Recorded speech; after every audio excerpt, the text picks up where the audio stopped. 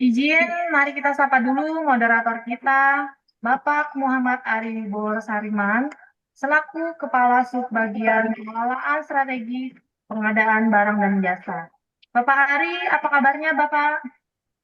Alhamdulillah baik Bu Reni. Semoga sehat ya. Alhamdulillah.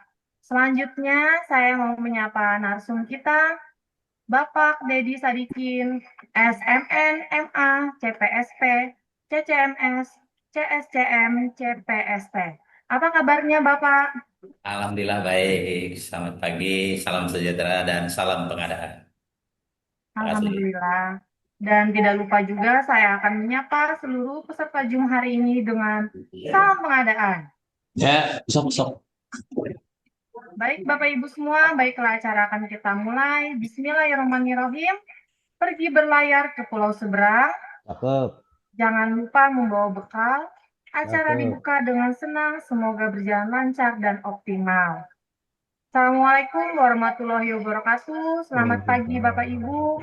Kembali lagi bersama saya Reni dari bagian pembinaan dan advokasi pengadaan barang dan jasa, Biro Pengadaan Barang dan Jasa. Saya akan membuka acara Zoom hari ini dalam acara Siring Praja, Sinergi dan Sharing Pengadaan Barang dan Jasa.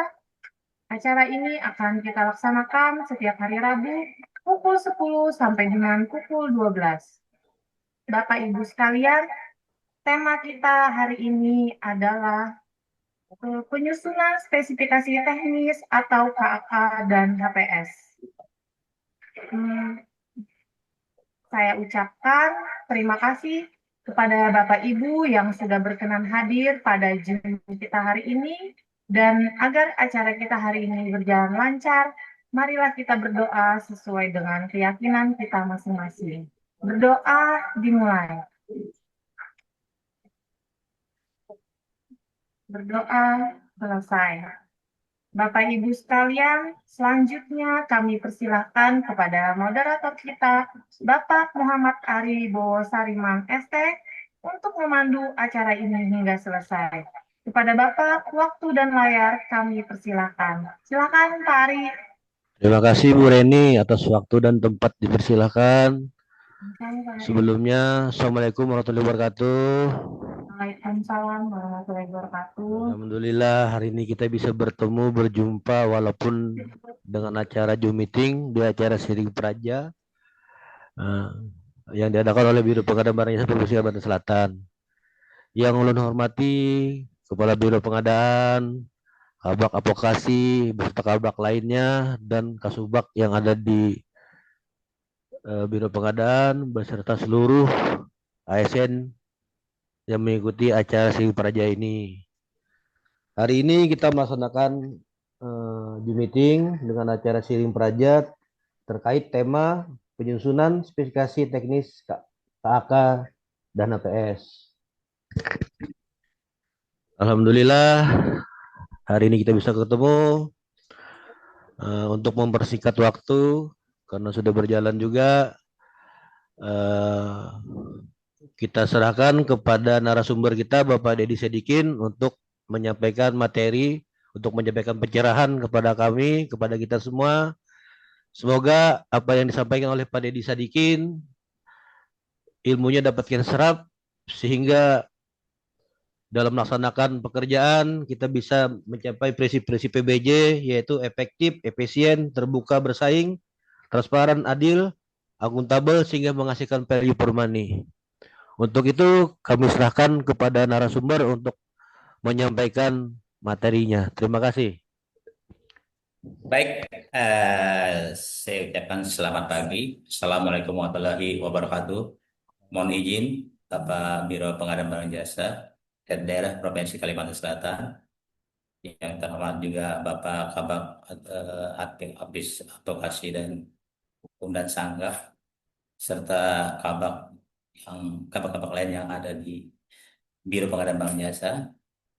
Yang saya hormati juga seluruh SKPD yang mengikuti acara Sering Praja ini. Mungkin kita mengetahui bahwa pengadaan barang jasa adalah sebuah sistem yang di dalamnya untuk pengadaan barang dan jasa berlimpah. yang mengedepankan prinsip-prinsip yang dapat dipertanggungjawabkan, baik proses maupun hasil yang didapat. LKPP sebagai sebuah lembaga yang bertanggung jawab terhadap regulasi pengadaan barang dan jasa pemerintah selalu melaksanakan pengembangan bagi sumber daya manusia, pelaku pengadaan yang berkompeten dan kredibel, pengembangan dengan lingkup jenis melakukan perencanaan pengadaan barang dan jasa yang meliputi antara lain identifikasi kebutuhan, spesifik teknis, konsolidasi, serta strategis yang akan dilakukan dalam pengadaan barang dan jasa.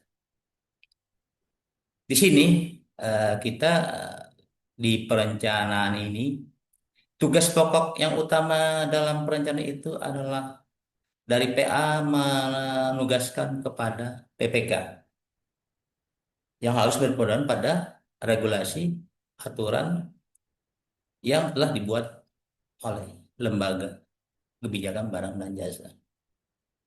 Baik itu dari Perpres sebelumnya sampai terakhir ini Perpres nomor 64 tahun 2024 tentang bank jasa. Yang meliputi antara lain tugas fungsi dan PPK yaitu menyusun perencanaan pengadaan. Yang kedua, melaksanakan konsiliasi pengadaan barang dan jasa. Menetapkan spesifikasi teknis KAK atau keajaiban kerja yang nanti akan kita bahas pada hari ini. Setelah menetapkan KAK atau menetapkan rancangan kontrak. Setelah rancangan kontrak, kita menetapkan harga perkiraan senjata HPS. Menetapkan besaran uang muka yang akan dibayarkan kepada penyedia.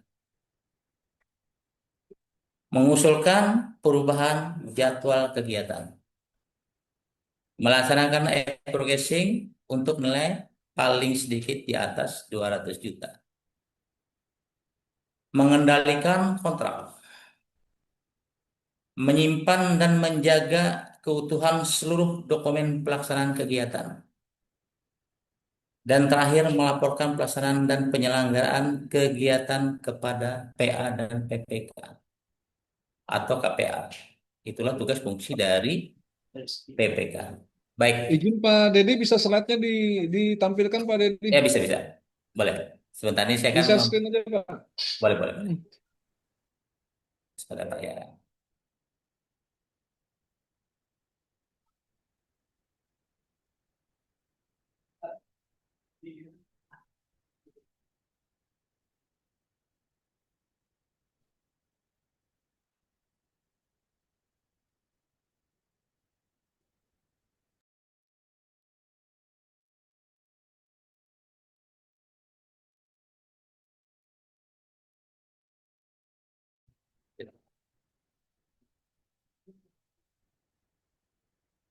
Baik, pokok bahasan kita sesuai dengan judul spesialis teknis, keangkatan kerja, dan penentuan HPS.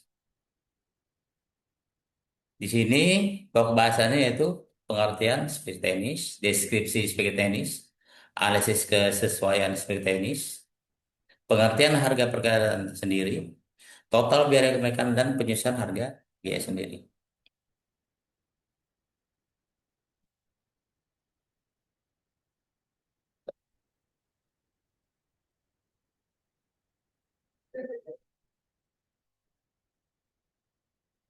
Jadi kita harus mengetahui bahwa pengertian arti spesifikasi. Spesifikasi dalam bahasa Inggris itu dikatakan oleh Kenneth Lesson tahun 2000 itu spesifikasi is the description of the attribute of production process of service or service. Jadi spesifikasi itu dia diartikan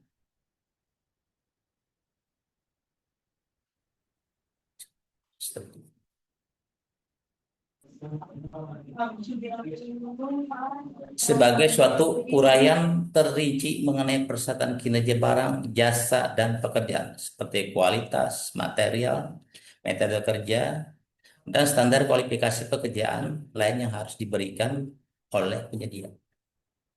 Itu ucapan dari LKPP.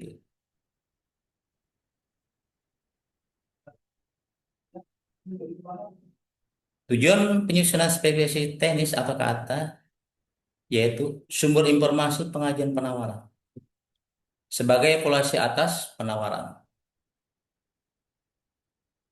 Dalam penyusunan spesifikasi teknis dan KAK, di sini ada 4 item yang perlu kita pelajari atau perlu kita sebagai referensi dasar kita pembuatan penyusunan spesifikasi.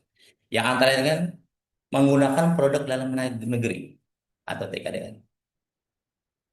Yang kedua mempunyai regulasi yaitu SNI, Stimulan Produk Bersertifikat SNI. Produk usaha mikro dan kecil serta koperasi yaitu UMKM harus diikutkan.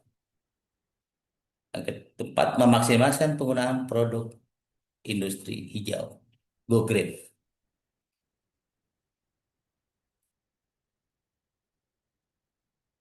Sini spesifikasi teknis yaitu berupa antara lain barang, pekerjaan konstruksi, pekerjaan jasanya, sedangkan kerangka acuan kerja KK yaitu jasa konsultasi. Penyusunan spesifikasi di sini dijelaskan apa ininya kecil Pak ya. Jadi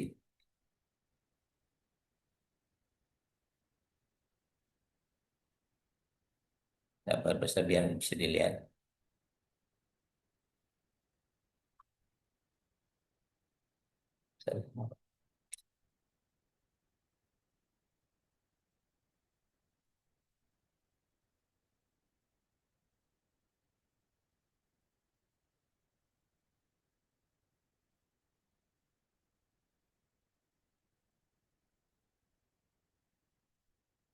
Kita harus mendefinisi kebutuhan dulu. Jadi kebutuhan itu apa yang akan dilakukan oleh pengguna anggaran dalam suatu program kegiatan yang akan dilaksanakan sesuai periode kegiatan. Di situ kebutuhan-kebutuhan apa yang diperlukan agar tercapai dalam prioritas program kegiatan. Setelah di bawahnya mengumpulkan seluruh persyaratan, rekrutmen dan mengidentifikasi semua pihak stakeholder. Jadi alat spesifikasi adalah alat produk barang, menganalisis pembayaran, kebutuhan semua pihak, meminta pendapat ahli pengadaan. Di situ di bawahnya itu menentukan jenis spesifikasinya, baik berdasarkan spesifikasi berdasarkan kinerja, spesifikasi antara campuran kinerja dan desain, spesifikasi berdasarkan desain itu kan di dalamnya hasil akhirnya berupa dokumen spesifikasi.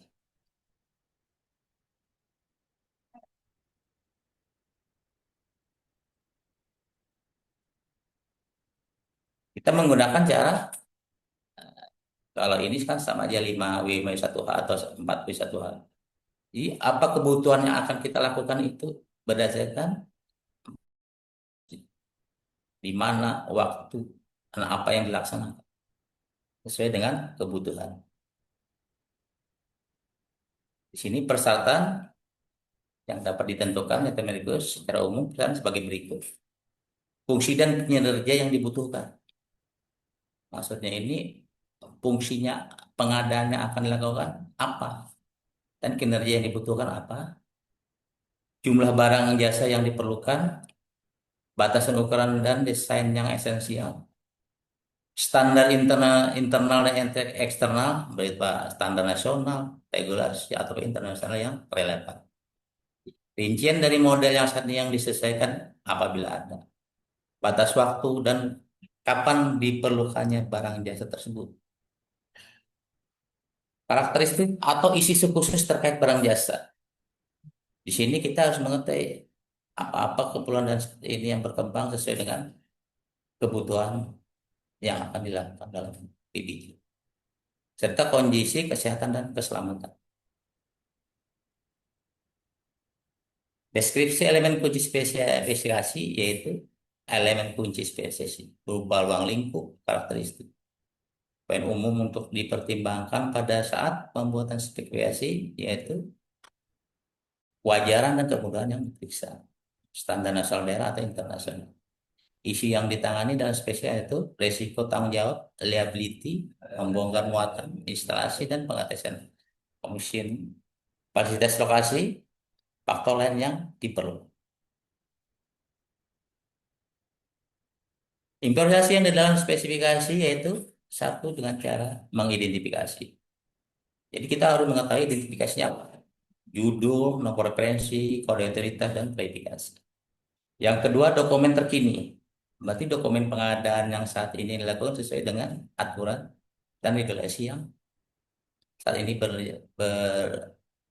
sudah diterapkan oleh lembaga kebijakan Bank Indonesia, yaitu standar dokumen. Paduan, pembukaan, dan rinci analisis dan dokumen, pendahuluan, uraian, isi, dan teknis mengenai tujuan.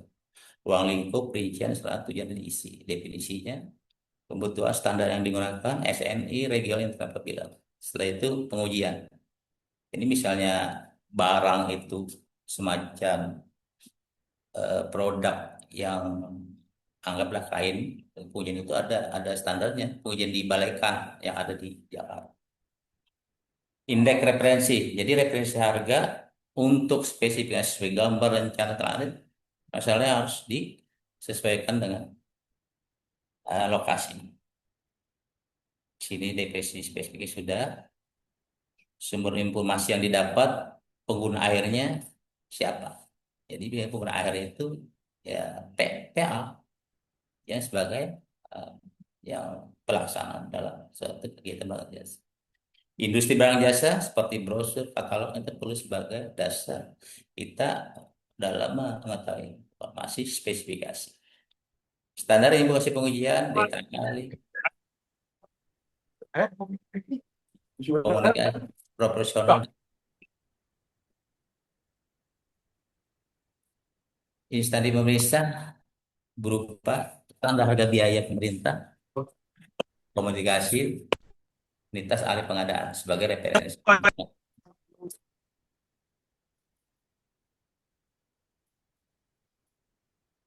Jadi di sini diperlukan spesifikasi itu mutu barang, jumlah, waktu, dan tingkat pelayanan. Yang dalam arti waktu pelaksanaannya kapan akan dilaksanakan. Jadi spesifikasi mutu barang perlu dijelaskan yaitu merek, sampel, spesifikasi komposisi, standarisasi, spesifikasi teknis, spesifikasi fungsi. Di sini masuk dalam ranah spesifikasi kinerja. Penyusunan spesifikasi yang tadi disebutkan tadi yaitu merek, yaitu penyebutan dimungkinkan pada kondisi komponen barang jasa, suku cadang, bagian sistem yang ada sudah ada, barang jasa dalam katalog atau toko daring.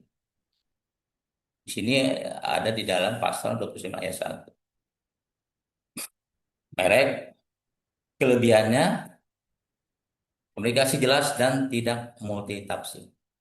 Barang mudah digunakan dan tersedia di pasaran. Mutu barang jasa terjamin. Di sini nanti ada survei chain management. Di situ rantai pasok. Apakah ketersediaan barang itu ada atau tidak ada. Jadi untuk melaksanakan kegiatan spesifikasi itu, kita melihat dulu referensinya. Apakah barang itu ada dalam waktu 3 bulan rentang, setelah itu dilaksanakan, makanya dalam 12 bulan itu, kapan waktu pelaksanaan? Dilihat dari siruf atau rencana umum pengadaan. Kelemahan dari merek ini yaitu cenderung mahal. Jadi harga bisa berubah-ubah. Sulit untuk menciptakan kompetisi. Maksudnya gini. Kompetisi itu kecuali barang ini sudah di markup duluan. Jadi disinilah kelemahannya sistem kompetisinya. Perubahan spesies secara mendasar tetapi tetap dengan merek yang sama oleh penyedia. Di situ kelemahannya, Pak. Jadi merek yang sama tapi spek yang berbeda. Di situ nanti padahal yang diminta di dalam spek teknis dalam anggaran anca kegiatan itu sudah ada, tapi di dalam pelaksanaannya barang itu tidak ada lagi di pasar. Desain spek teknis komponen dan bagian dari bank jasa. Sebagai contoh, kalau barang pengadaan komputer dengan memiliki jenisnya aksesoris berupa Intel Core. Kalau konstruksi, wastafel atau penggunaan merek American Standard atau kerap menggunakan merek. Untuk metode electro casing, di sini jelaskan bahwa pengadaan barang itu berupa mobil, yang dalam arti itu ada di SO. Jadi LKPB berkontrak payung dengan Astra atau LKPB berkontrak payung dengan Hyundai. Dan untuk pengadaan jasa lainnya yaitu PT Telkom sebagai penyedia jasa internet provider. Di sini standarisasi mempunyai kelebihan dan kekurangan, antara lain yang sifat standar eksternalnya yaitu ada familiar, dan sudah familiar berarti sudah terkenal gitu atau sudah ada di produksi di pasaran. Kompetisi tinggi kemungkinan mendapatkan harga murah. Jadi kita nanti melihat kalau di katalog itu kan ada ada produk-produk yang sesuai dengan kemampuan atau yang dilihat apakah itu barang murah dengan jenis atau nilai yang bagus atau harga yang bagus dengan produk yang bagus dengan harga yang tinggi bisa juga. Jadi tergantung nanti kita mencari referensi-referensi yang ada di dalam produk tersebut. Kelebihannya itu menghilangkan ketidakpastian dalam memenuhi kebutuhan eksternal. Jadi barang yang tidak pasti itu tidak ada lagi yang berarti yang ada di dalam produk tersebut. Kekurangannya yaitu standar merupakan kompromi terhadap pihak yang berkaitan dalam industri. Jadi ada persaingan antara bisnis di dalam produk tersebut. Cermin tidak pada suatu standar yang tersebut dibuat. Jadi tidak mencerminkan bahwa itu sistem kompetitif. Bagian pengadaan yang menilai pengalaman penyedia terhadap aset yang terkait dengan standar barang yang dibeli.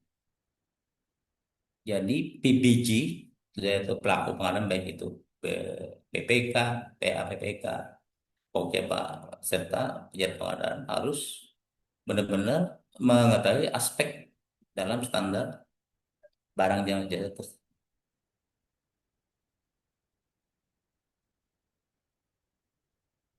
Di sini jelaskan lagi standar internalnya. Tadi kan eksternal, ini internal sebagai contoh barang spek saya pengadaan tali, manner, serta pelatihan.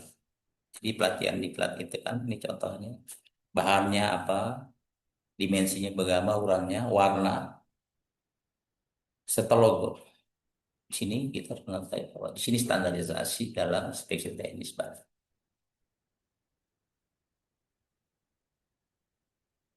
Tadi merek, yang kedua itu sampel. Di sini ada kekurangan dan ada kelebihan. Kalau sampel di sini menjelaskan bahwa kemudian penyedia barang jasa untuk memahami kebutuhan dan keinginan pengguna. Dalam hal spesifikasi sulit dijelaskan dengan kata-kata. Berarti bukti atau barang ini ada, bukan kata-kata dan ini menurut pendapat atau argumen. Yang kedua itu memudahkan PPK untuk memastikan ketersediaan barang atas kemampuan penyedia memenuhi kebutuhan dan keinginan pengguna jasa. Jadi di PPK itu harus tahu dulu ini barang yang ada di pasaran yang sudah ada di masukkan oleh penyedia ke dalam produk. Ketiga, pendekatan sampel brosur barang-barang sebagai contoh. Ada kertas, warna spesifikasi sudah ada, pengadaan kain, corak dan kas.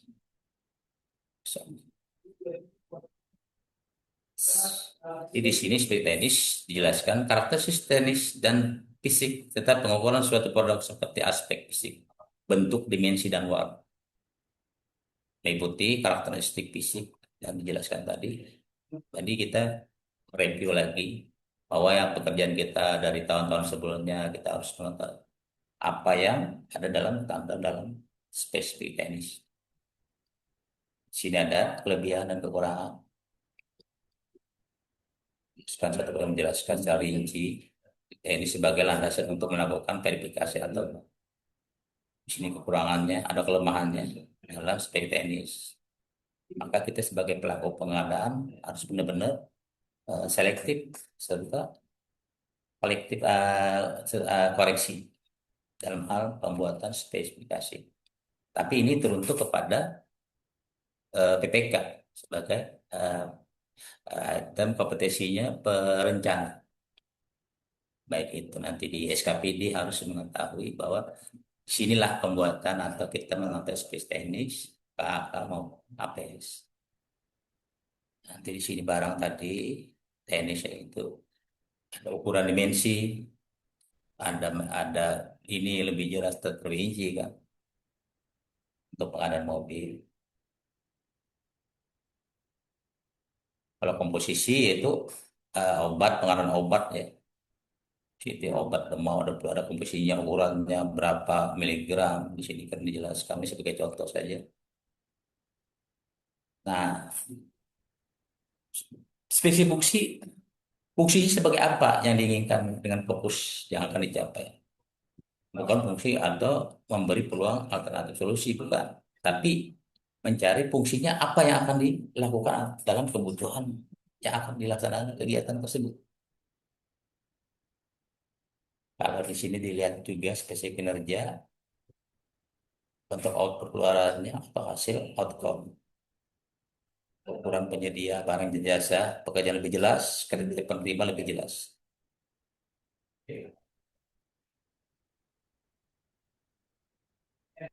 Fungsi dan kinerja fungsinya spesies itu mengikuti apa yang harus dicapai, tingkat output yang diinginkan, inputnya, lingkup operasi, detail dan interface. Jadi kita harus tahu spesies fungsi dan kinerja.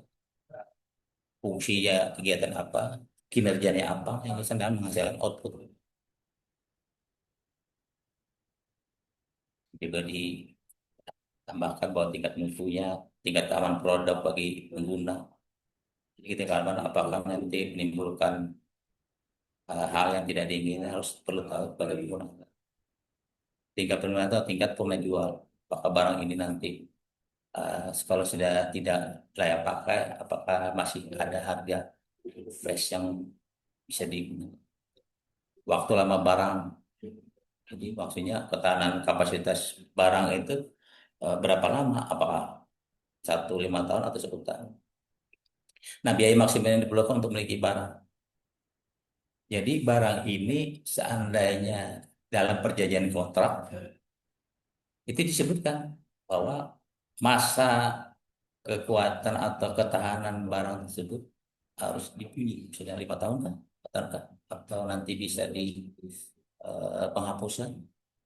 Tapi yang untuk konstruksi kan dalam peraturan itu ini sebagai warning kepada PPK. Di situ dituliskan waktu pemeliharaan sampai 20 tahun.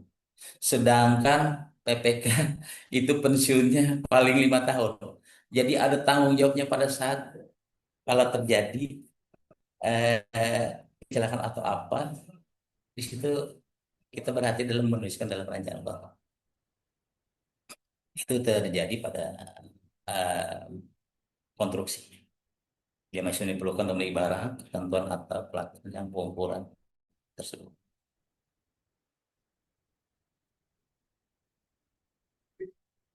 Di sini ada kelebihan, fungsi dan kinerja, kelemahan dan kinerja. Jadi penyedia itu dia semua ahli inovasi untuk spesifik fungsi kinerja harus dapat dipersyaratkan bahwa keahlian dia menggunakan produk ini, barangnya ini. Jadi dia ada pengembangan setiap tahun ada perubahan pengembangan barang. Lebih menyusun dibanding dengan spektakuler. Resiko tidak mampu memenuhi kinerja yang diperkirakan berada pada penyedia.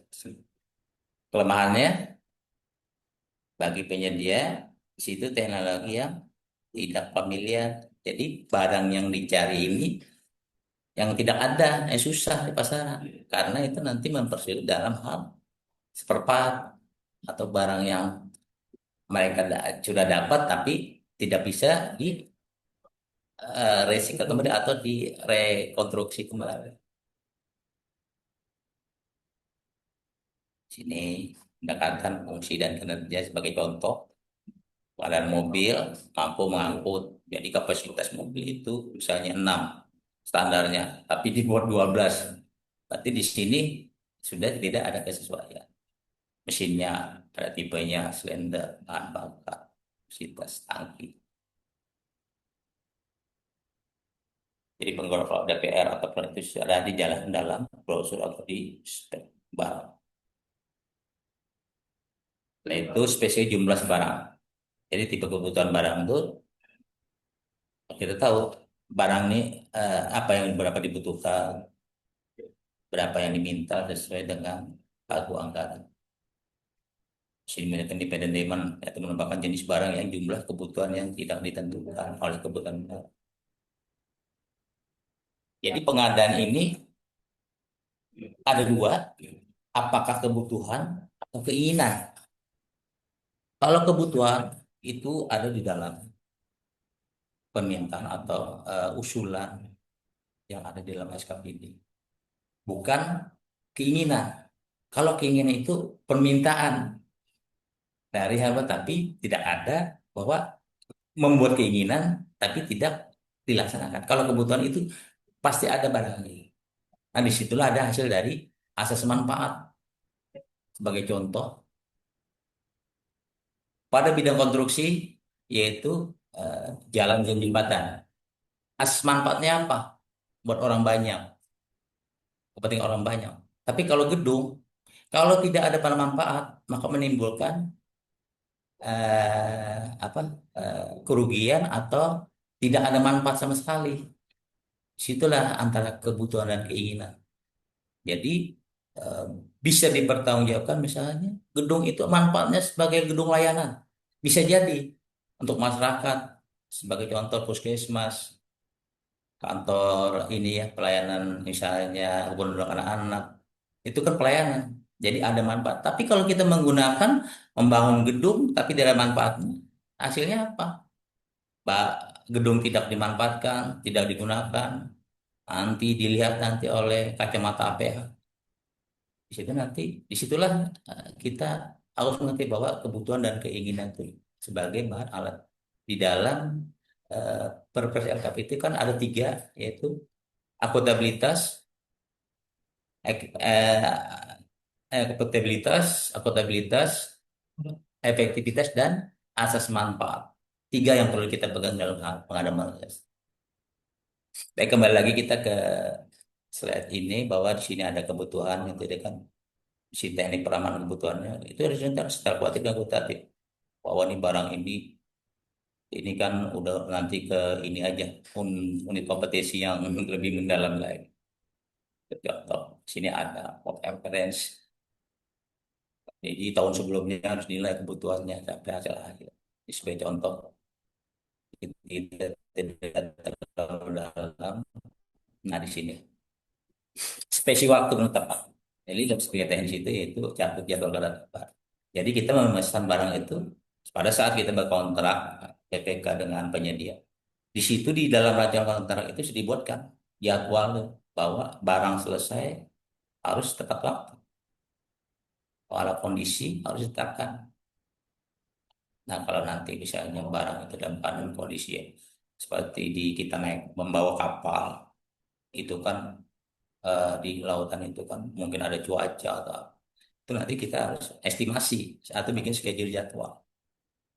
Sini nanti kedatangan barang, metode transportasi gimana, apakah menggunakan darat, menggunakan laut ataupun udara. Dan di sini kita perlu transportasi itu dalam hal keamanan. Berarti barangnya ini sifatnya ada sifatnya khusus atau sifatnya yang biasa. Di situ dalam hal lapangan. Sini insurannya, asuransi jaminan, jaminan barang itu bahwa datang dengan utuh. Sini penekan waktu ini. Sebagai contoh, jadwal kedatangan minimal 30 hari sejak penandatangan kontrak. Lokasinya dari barang tersebut dari Surabaya ke Banjarmasin sebagai contoh. Di sini barang yang dikepak menggunakan yang dikemas misalnya kita menghindari dari barang itu pecah belah. Berarti kita tuliskan di dalam barang itu bahwa ini barang itu nanti apa di situ ada tuliskan label nanti di stiker nanti kan. Desain tingkat pelayanan penyedia. Jadi tingkat layanan penyedia gimana? Nanti kalau penyedianya memberikan pelayanan maksimal, kita memberikan nilai. Kalau yang sering kan selama ini kan kalau di bidang konstruksi atau itu nilai kejadian. Jadi eh, kemampuan penyedianya itu nanti kita nilai sebagai referensi nanti buat BPK untuk melanjutkan bahwa penyedia ini penyedia yang terbaik. Jadi berikan teknis dan ya, contohnya tingkat pelayanan barang menyampaikan biaya formasi biaya waktu 5 tahun. Hal itu yang saya jelaskan tadi kalau untuk barang pemeliharaan sampai 5 tahun apakah masih yang digunakan atau penghapusan. Masa pemeliharaan sama baik barang konstruksi di situ kan ada pemeliharaan selama 1 tahun. Jadi sebagai garansi apabila nanti barang tersebut tidak sesuai dengan pemeliharaan maka di situ yang menjamin penyedia. Informasi dan spesifikasi yaitu yang lain dapat didapat berupa kontak person harus ada referensi untuk barang yang akan kita lakukan laksanakan. Latar belakang pengadaan bank jasanya apa kriteria menentukan pemenang. Jadi meminta pemenang itu harus sesuai dengan persyaratan secara kompetitif apa yang diminta sesuai dengan persen yang dilakukan oleh yang dibuat oleh BPK. Aspek legalnya yaitu ada aturan yang jelas dengan aturan yang dibuat oleh pengelola bank jasa atau aturan hukum.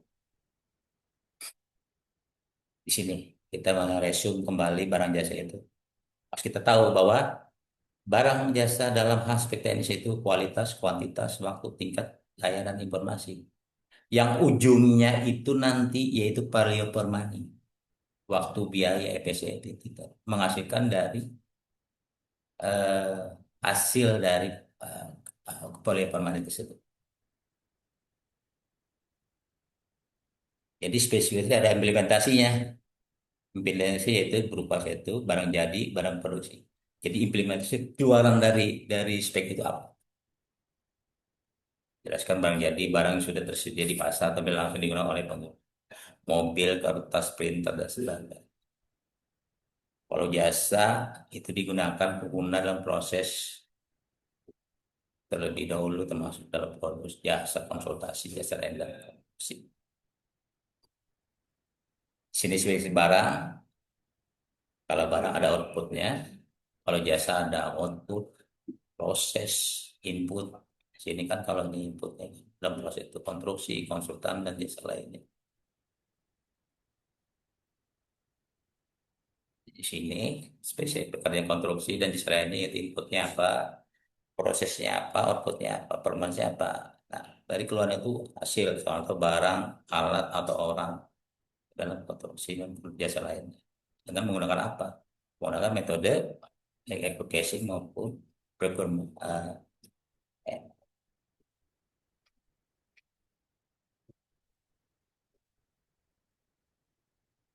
Sini untuk konsultasi tenaga ahli inputnya, tenaga pendukung, alat prosesnya, urutan proses tahapan pelaporan. Hasil akhir berupa pengujian gambar detail dan gambar detail atau RAB. Nah, tadi setelah dijelaskan mengenai spesifik teknis, sekarang kita ke KAK. KAK itu berarti kerangka acuan kerja. Jadi apa yang akan dilakukan? Pertama dalam hal jasa konsultasi. Dibuatkan oleh pekerjaannya, sudah waktu pelaksanaannya, spek teknis jasa konsultasi, konsultan. Sini biaya dibuatkan agak sebuah tenaga ahli itu berapa sesuai dengan rate atau standar biaya masing-masing daerah berbeda-beda.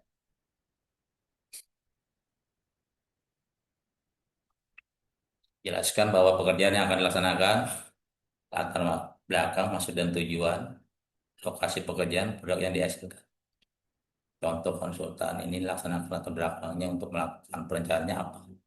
Membuat sebuah gedung, contoh gedung yang akan dilaksanakan untuk 2029. Di situ proses strategis, yaitu lokasi pekerjaannya, yang dihasilkan apa, berupa nanti gedung, jalan, jembatan. Waktu pelaksanaan diperkirakan pelaksanaan itu dalam 1 tahun. Misalnya kan ada tahun jamak atau tahun multi-years gitu. Sini harus kita melaksanakan dulu pelaksanaan. Spesifik teknis jasa konsultan itu tenaga ahli kompetensi tenaga ahlinya, pengalaman tenaga ahlinya, referensi tenaga ahlinya, atau pekerjaan apa yang dia lakukan. Di sini ada tenaga ahli diperlukan. Kompetensi badan usaha apabila disediakan oleh badan SBU, badan usaha, SBU, sertifikat badan usaha itu sudah sinergi antara badan usaha dengan sertifikat barang itu. Biaya sumber pendanaannya apakah dari APBN atau APBD. Kalau nanti belut kan itu kan dia sendiri biayanya. Total pekerjaan, biaya pekerjaan. Jadi sini ada sesuai dengan pagu. Kalau sudah ada pagu, nanti dicarilah hasil akhirnya terakhir nanti APS. Dasar dari biaya pekerjaan. Ini analisis kesaksian verifikasi. Jadi kita perlu mengkaji kegiatan tersebut. Kajian umumnya apa? Kajian dalam IB kotor, itu tadi balai proses, ya kan, dari input, proses dan output. Sesuai spesifikasi dengan kondisi terkini. Nah, jadi hasil akhirnya itu dokumen spesifikasi itu buat pendekatan 5C harus jelas, clear. Jadi informasi ini harus cukup informasi dari penyedia. Kita harus tahu bebas dari ambiguitas, hindari kata secepatnya atau cukup bagus. Concise atau tingkat padat, memuat hal yang memang penting dan diperlukan saja. Intensif atau menyeluruh, komprehensif. Memberikan gambaran yang lingkup pekerjaan sampai hasil pengadaan dapat dimanfaatkan oleh pengguna akhir, user, yaitu PA. Dapat memberikan gambaran lingkup pekerjaan dari hasil pengadaan dan dimanfaatkan. Nah, jadi itu tadi asas manfaatnya itu yang diterima oleh pengguna akhir, pengguna RI itu pengguna anggaran. Konsisten, kriteria yang dipersiapkan tidak berubah-ubah. Yang ada perubahan spesifikasi atau KAK lagi di sini harus konsisten. Terkait persen harus dipenuhi dan hal lain harus dilaksanakan oleh penyedia. Karet benar berarti speknya itu harus pas atau tidak berlebihan sesuai dengan kebutuhan pengguna. Jadi kesimpulannya itu terdapat implikasi fokus utama sasaran kebutuhan pengadaan terhadap metode spesifikasi dan tipe spesifikasi yang sebaiknya dipilih atau digunakan. Jadi kita ada fokus utama. Sasaran pasokannya yaitu memastikan mutu dan inovasi barang yang harus dibeli. Memastikan kesediaan barang. Memastikan dukungan penyedia. Jadi kalau kita nanti ingin membeli sebuah barang, itu harus ada suatu dukungan.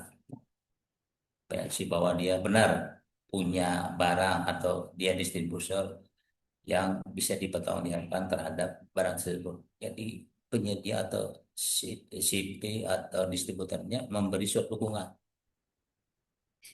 Menurunkan biaya pengadaan. Jadi di sini hasil dari biaya perolehan atau ini nanti di situ ada penurunan. Jadi nanti dia HPS. Jadi di situ ada biaya overhead, biaya transportasi dan PPN di situ nanti dijelaskan lebih rinci lagi. Di sini metode spesifikasi dan tipe spesifikasinya perlu saya jelaskan bahwa pengurus spesifikasi kinerja untuk kredibilitas inovasi untuk kinerja. jika penyedia memiliki pengalaman dan kapasitas yang tinggi. Jadi penyedia itu dia punya pengalaman pekerjaan yang di dalamnya dia punya personil. Personil itu pernah ada tingkatannya ahli utama, ahli media, ahli muda. Nah, di situ di dalam sertifikat keahlian mereka itu kan ada SKA, SKT. Gunakan standar kenilaian hingga barang yang dibeli tersedia di banyak pasar. Jadi baik kalau nanti toko daring itu kan, toko Shopee atau apa. Kalau di sini, kalau untuk pemerintah dengan swasta itu kan perbedaannya dalam hal marketplace itu. Kalau pemerintah sudah ada di katalog pemerintah itu ya. LKPP itu Inaprov, bilangnya itu kan di situ ada jenis produknya sudah didaftarkan oleh pemerintah.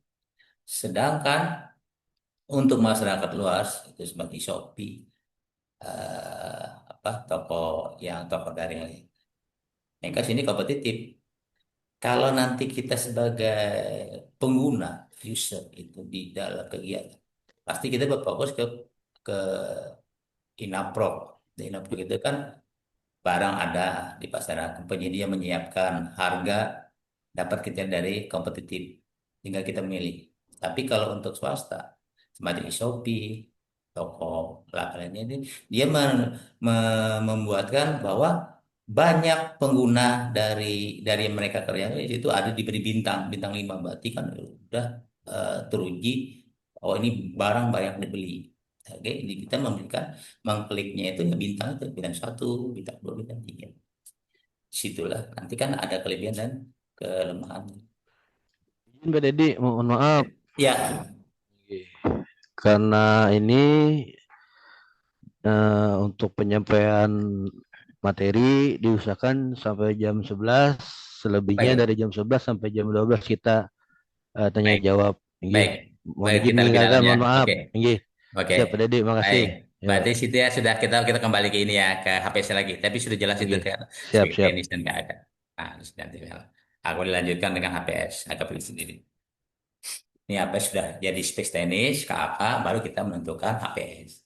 HPS kita buat dengan dasar analisis pasar, represi pasar. Ketua umum HPS, saya perlu dijelaskan. Tapi susun berdasarkan keahlian penggunaan data yang dapat dilakukan, yang HPS sifat rahasia. Nanti bahannya nanti sudah saya kirim ke Pak Budi. Di sini saya garis besarnya aja bahwa HPS disusun paling lama 28 hari kinerja sebelum batas akhir. Jadi pada saat PPK sudah mendistribusikan untuk review, lihat dulu tanda tangannya HPS ini tertanggal berapa. Nanti tingkat molase pada saat review ada perubahan atau apa, disitulah nanti jangan sampai terlewat 28 hari kerja. Baik, ini penggunaan HPS, nilai kewajaran harga, penetapan batas tertinggi penawaran, penetapan besaran jaminan pelaksanaan. Lebih jelas, nilai lebih dari 80% dari nilai HPS. Kalau memberikan biaya kosnya, baik ini contoh-contohnya aja lagi. Kalau sudah tahu kan HPS. Harga barang, biaya pengiriman, biaya instalasi, biaya suku cadang, biaya transportasi, pelatihan, biaya langsung. Perlu dijelaskan dilihat. Baik, penyusunan HPS, kalau analisis pasar, dari analisis pasar itu memilih level barang yang tepat, perhitungan persaingan yang pasar dan level barang yang mudah dipilih. Jadi di sini suplai SCM-nya itu menganalisis pasar berupa sumber utamanya, pabrikan, distributor, pengecer, pengguna barang. Di sini kan ada keuntungan, sumber sekundernya apa. Nah, itu perlu diperhitungkan dalam kita membuat APS. Sebagai contoh, level penyedia, ini, harga level pabrikan saya 550 juta, sedangkan distributor 60. Naik lagi, naik 5.000, tapi sebagai contoh inilah sirkulasi yang ada di dalam APS. Pasar. Jadi kita referensi itu minimal dua referensi pasar. Nanti harga terendah di situlah yang kita dapatkan dalam APS nanti. Sini. jumlah. Kalau banyak persen sempurna. Kalau Sony sedikit oligopoli, hanya satu monopoli. Katakanlah PS di sini tersedia di pasar barang, contoh sekarang bagian konstruksi, jasa, material peralatan dan tenaga kerja. Berinformasi yang saya jelaskan tadi ada punya kita ya referensi harga. Sini agak tepat informasi yang diperoleh dari toko daring, informasi dalam transaksi internasional, yang dapat dipertanggungjawabkan.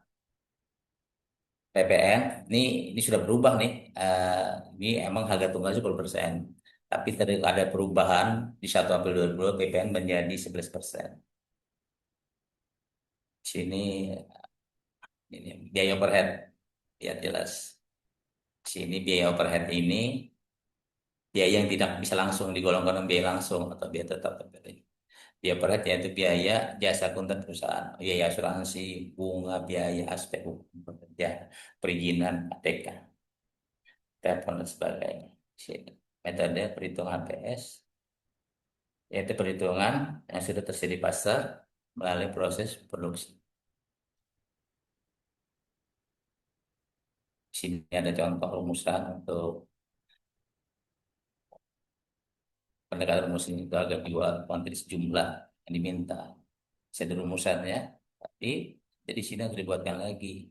Banyak pasti sudah dimasukkan. Sini contohnya. Saya pajak PPN pasti 11%. Jadi sudah saya lihat lagi. Dan untuk HPS, komponen biaya yang lain itu agak barang biaya pengiriman, instalasi, sebut cadang, dan biaya pelatihan. Jadi kronoles setelah barang ditukar, dari pihak disiplin yang punya barang harus memberikan pelatihan kepada pengguna atau yang mereka secara mekanisme. Biasa menurut saya metodenya berbasis pasar, berbasis kalian, biaya operasional, langsung non langsung, biayanya, prosedurnya, sini jelaskan, perhitungan komponen biaya langsung personil, jumlah semua biaya, seluruh semua itu membayar, perhitungan harga satuan, apakah itu langsung ataupun waktu penugasan, sini diperlukan penentuan HPS. Tuh, ada rumusannya. Jelas rumus atau orang biaya, orang minggu per hari, orang per jam. Nanti dilihat nanti dalam kerangka kerjanya dalam penentuan HPS. Berbasis pasar dan keahlian sudah. Nah, tadi berdasarkan ruang lingkup keahlian disediakan dan dimiliki oleh jasa konsultan. Bisa jasa konstruksi sama dengan ini tadi, tapi lebih rigid dia menggunakan KAB. Nah, sini penetapan APS dengan menandatangani lembar persetujuan penetapan. Jadi setelah rekapitulasi untuk HBS bahwa perlu PPK membuat persetujuan penetapan. Ditandai oleh PPK, nilai total HPS sama dengan nilai, misalnya Pak, nilai HPS paling tinggi sama dengan nilai pagu, tapi kalau dia HPS lebih tinggi dari pagu anggaran itu perlu di review lagi atau dikoreksi lagi. Berarti ada apa dengan pagu anggaran waktu dibuat DPA itu? Penetapan HPS paling lama 28 hari kerja. Jadi punya penawaran untuk pembelian dengan pas kalkulasi atau penyampaian dokumen kualifikasi. Jadi dalam metode itu, dalam bahan baca itu ada bahasa kualifikasi atau kualifikasi. Terima kasih. Demikian pemaparan saya pada hari ini. Ada kurang dan lebihnya mungkin pendalaman untuk materi selanjutnya. Saya kembalikan ke moderator, Pak Ari. Silakan. Ya, Pak Dedi, terima kasih atas pemaparan yang sangat luar biasa. Semoga mudah-mudahan rekan-rekan sekalian bisa dapat menyimak dengan baik. Untuk selanjutnya kita adakan sesi tanya jawab terhadap narasumber. Dipersilakan bagi peserta Zoom meeting untuk raise hand untuk untuk apa? Untuk bertanya terhadap narasumber. Karena waktu kita ada kurang lebih 1 jam lagi sampai jam 12. Oke, kita dipersilakan kepada rekan-rekan yang lain, entah dari Biro Pengadaan sendiri atau dari SKPD di luar, SKPD yang lain, silakan. Presennya kalau ada pertanyaan terhadap narasumber, monggo.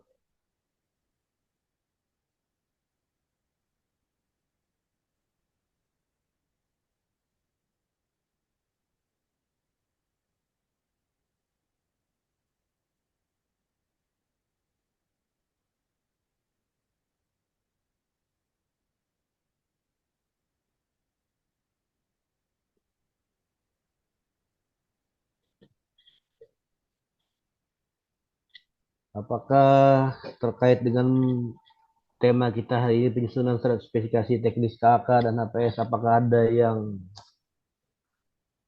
anak buah pian tak gunakan dengan narasumber? Ini silahkan untuk raise hand-nya. Mau izin Pak Ari, sedikit saya Ini, ada mau beri masukan ini, dalam hal perencanaan ini. Jadi perencanaan ini buat seefisien mungkin, semaksimal mungkin, tapi perlu adanya mitigasi risiko.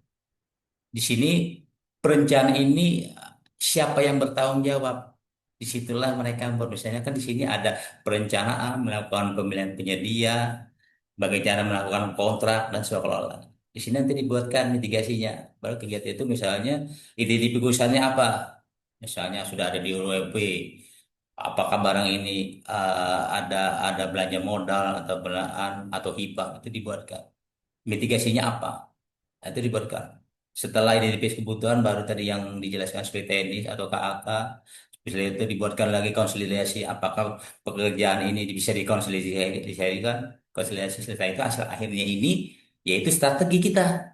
Strategi pengadaannya apa ke depannya? Oh, kalau kita menggunakan strateginya itu apakah itu procurement, ada casing. Begitu, Pak. Terima kasih.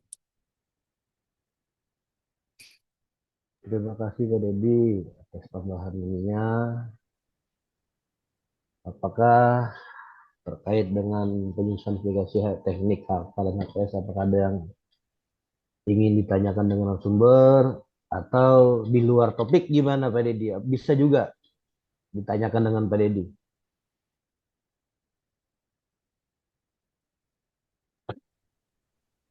Halo Pak Dedi, apakah mendengar? Ya, Ah, Izin moderator. siap Pak. Oh, itu ada langsung Pak pertanyaan Pak di kolom chat Pak dari oh ya Pak ya, Aku. Pak. Dari Pak Andri ya, Pak ya. Oh, mohon izin bertanya Pak. Wah, dari Pak Andi Juni. Kalau untuk Eh, pekerjaan konstruksi, apakah maksudnya gimana nih? Mohon izin bertanya Pak, kalau untuk pekerjaan konstruksi apakah diwajibkan adanya konsultan perencanaan dan konsultan pengawas walaupun lingkup pekerjaan tergolong sederhana dan risiko kecil? Silakan dijawab dulu Pak Dedi atau kita apa kita ada 2 pertanyaan nih kayaknya baru dijawab oleh moderator. Boleh, boleh. Itu yang pertama. Terus yang kedua, izin bertanya apakah ada perbedaan tentang HPS purchasing atau HPS tender? Silakan Pak Dedi untuk dijawab. Monggo, silakan. Baik. Jadi dalam pekerjaan konstruksi itu kan dibuatkan apakah di situ di konstruksi itu pagu nilainya pekerjaan konstruksi saja kah dalam pelaksanaan? Apakah sudah ada perencanaannya kan atau kan dalam pengawasannya? Kalau dalam konstruksi itu sudah dibuatkan HPS kan. Di belakang HPS itu sudah ada nilai-nilai dari yang sudah dibuat dalam pagu itu. Nah, dari di persyaratan konstruksi itu harus perlu ada gambar seperti teknis. Nah, dalam situasi itu ada di situ dalam perencanaan. Apakah perencanaan itu sudah dianggarkan? Apakah pengawas itu sudah dianggarkan? Jadi kedua itu, kalau tidak ada perencanaan, bagaimana pelaksanaan konstruksinya dilaksanakan? Di Di situ kita harus mengetahui bahwa perlu detail gambar, perlu spesifikasi teknis, perlu RAB. Begitu juga dengan pengawasan. Di situ harus adanya itu tadi pengawasan di dalam hal pelaksanaan fisik tersebut. Kalau memang tergolong kecil atau resiko kecil, itu perlu. Kalau tidak ada pengawasannya, konsultan inti inti bisa dibuatkan atau diminta atau referensi tenaga ahli. Di situ jadi mereka dibuatkan apa justifikasi bahwa ini pekerjaan teknis ini dengan biaya yang ada di dalam RAB tidak memerlukan tenaga ahli yang sudah ada di dalam perencanaan baik ataupun pengawasan. Yang kedua, ini pertanyaan tadi perbedaan antara HPS dan advocacy. Kalau di advocacy itu cukup preferensi harga karena HPS itu tidak ada di situ sudah ada di dalam produk itu harga dari yang ditetapkan oleh penyedia di dalam advocacy. Di situ barang harga yang murah, produk yang bagus, serta kosan bagus. Kalau HPS tender itu sudah ada referensi analisis pasar, survei pasar, jadi dibuat RAB, anggaran. Nah, di situlah perbedaannya antara analisis pasar dengan referensi. Referensi sudah ada dibuatkan di dalam kantor. Tidak perlu HPS lagi, karena sini sudah produk dan dari situ tinggal kita memilah harga pembandingnya berapa. Pada saat nanti PP negosiasi bahwa ini tidak sesuai ini harganya lebih tinggi penyedia, kita nego karena dari hasil referensi yang kita dapat dalam kita memilih di katalog. Kalau sudah HPS dan itu sudah ada, itu sudah include atau sudah ditetapkan oleh PPK. Ini hasil HPS yang di dalamnya ada item-item RS pasar, LAB. Gitu, Pak.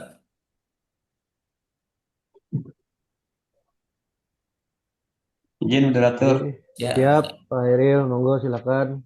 Mungkin ini aja menambahkan mungkin untuk Pak Andri Juni itu Pak mungkin sedikit memberikan gambaran.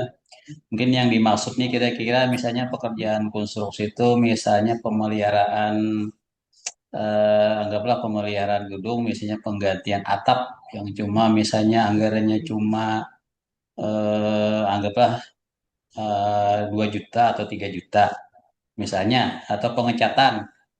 Nah, apakah itu mungkin yang dimaksud kira-kira di Mas Prajina apakah itu perlu ada konsultan perencanaan atau konsultan pengawas atau hanya bentuk rincian harga harga aja atau gimana kira-kira? Mungkin itu yang dimaksud Pak Andri Juri kira-kira Pak sendiri. Nah, mungkin terkait dengan yang kayak itu apakah memang harus ada wajib atau kayak Pak konsultan perencanaan atau bentuknya kayak apa tuh perencanaan dan pengawasnya? Mungkin demikian Pak. Mungkin hanya Oke, ingin sedikit menambahkan terkait Pak Andri Juni. oke, terima kasih Pak Eril atas tambahannya. Gimana Pak narasumber untuk memberikan pencerahan lagi terhadap pertanyaan Pak Andi ini? Oke, silakan Pak Dedi. kalau berkaca dari pengalaman kemarin terdahulu itu, Pak ya, kan tergantung nilainya lagi ya. Tadi Ya. dijelaskan oleh Pak Aira tadi dengan nilainya 2 juta. Jadi kita bisa melakukan pengecatan walaupun saya rasa itu kita bikinkan justifikasinya dulu. Oh, Yang kedua itu misalnya tidak ada perencanaan atau pengawasan, kita meminta kepada PU, tim teknis. hmm. Nah, tim teknis kan bisa membuatkan, oh dengan sebegini harga ini dia bisa membuatkan. Jadi dia bikin surat juga Pak, surat permintaan untuk melakukan pekerjaan konstruksi kepada tim teknis yang berpengalaman. Begitu Pak dari pengalaman yang sudah kita jalani Pak. Terima kasih.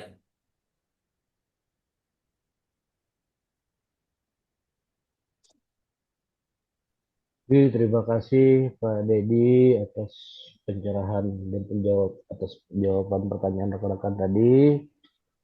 Eh, Apakah ada lagi yang ingin bertanya dengan narasumber? Monggo silakan resen atau di kolom chat.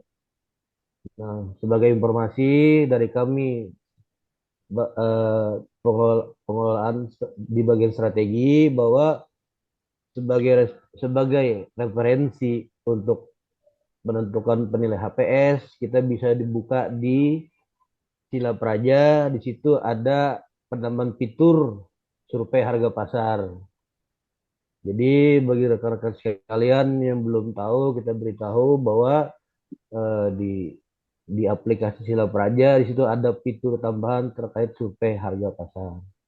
Nah, mudah-mudahan di situ bisa membantu rekan-rekan dalam menentukan HPS. Bukan acuan sih, referensi untuk menambah apa eh, perbandingan harga lah. Oke, bagi rekan-rekan yang lain, silakan kalau ada pertanyaan lagi terhadap para narasumber, monggo silakan resen atau di kolom chat. Silakan.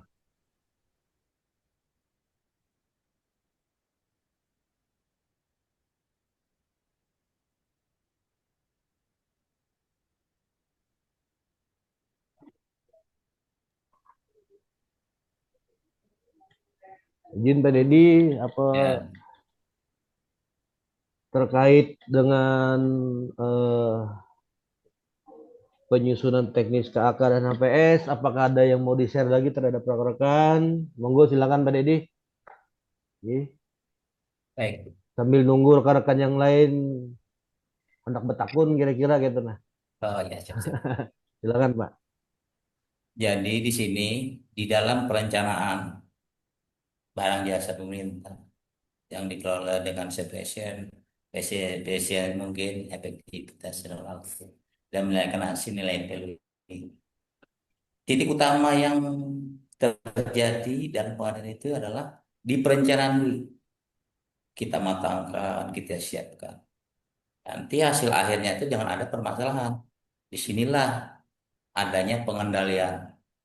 Di dalam pengendalian itu ya Pak, kita mengendalikan dalam hal perencanaan.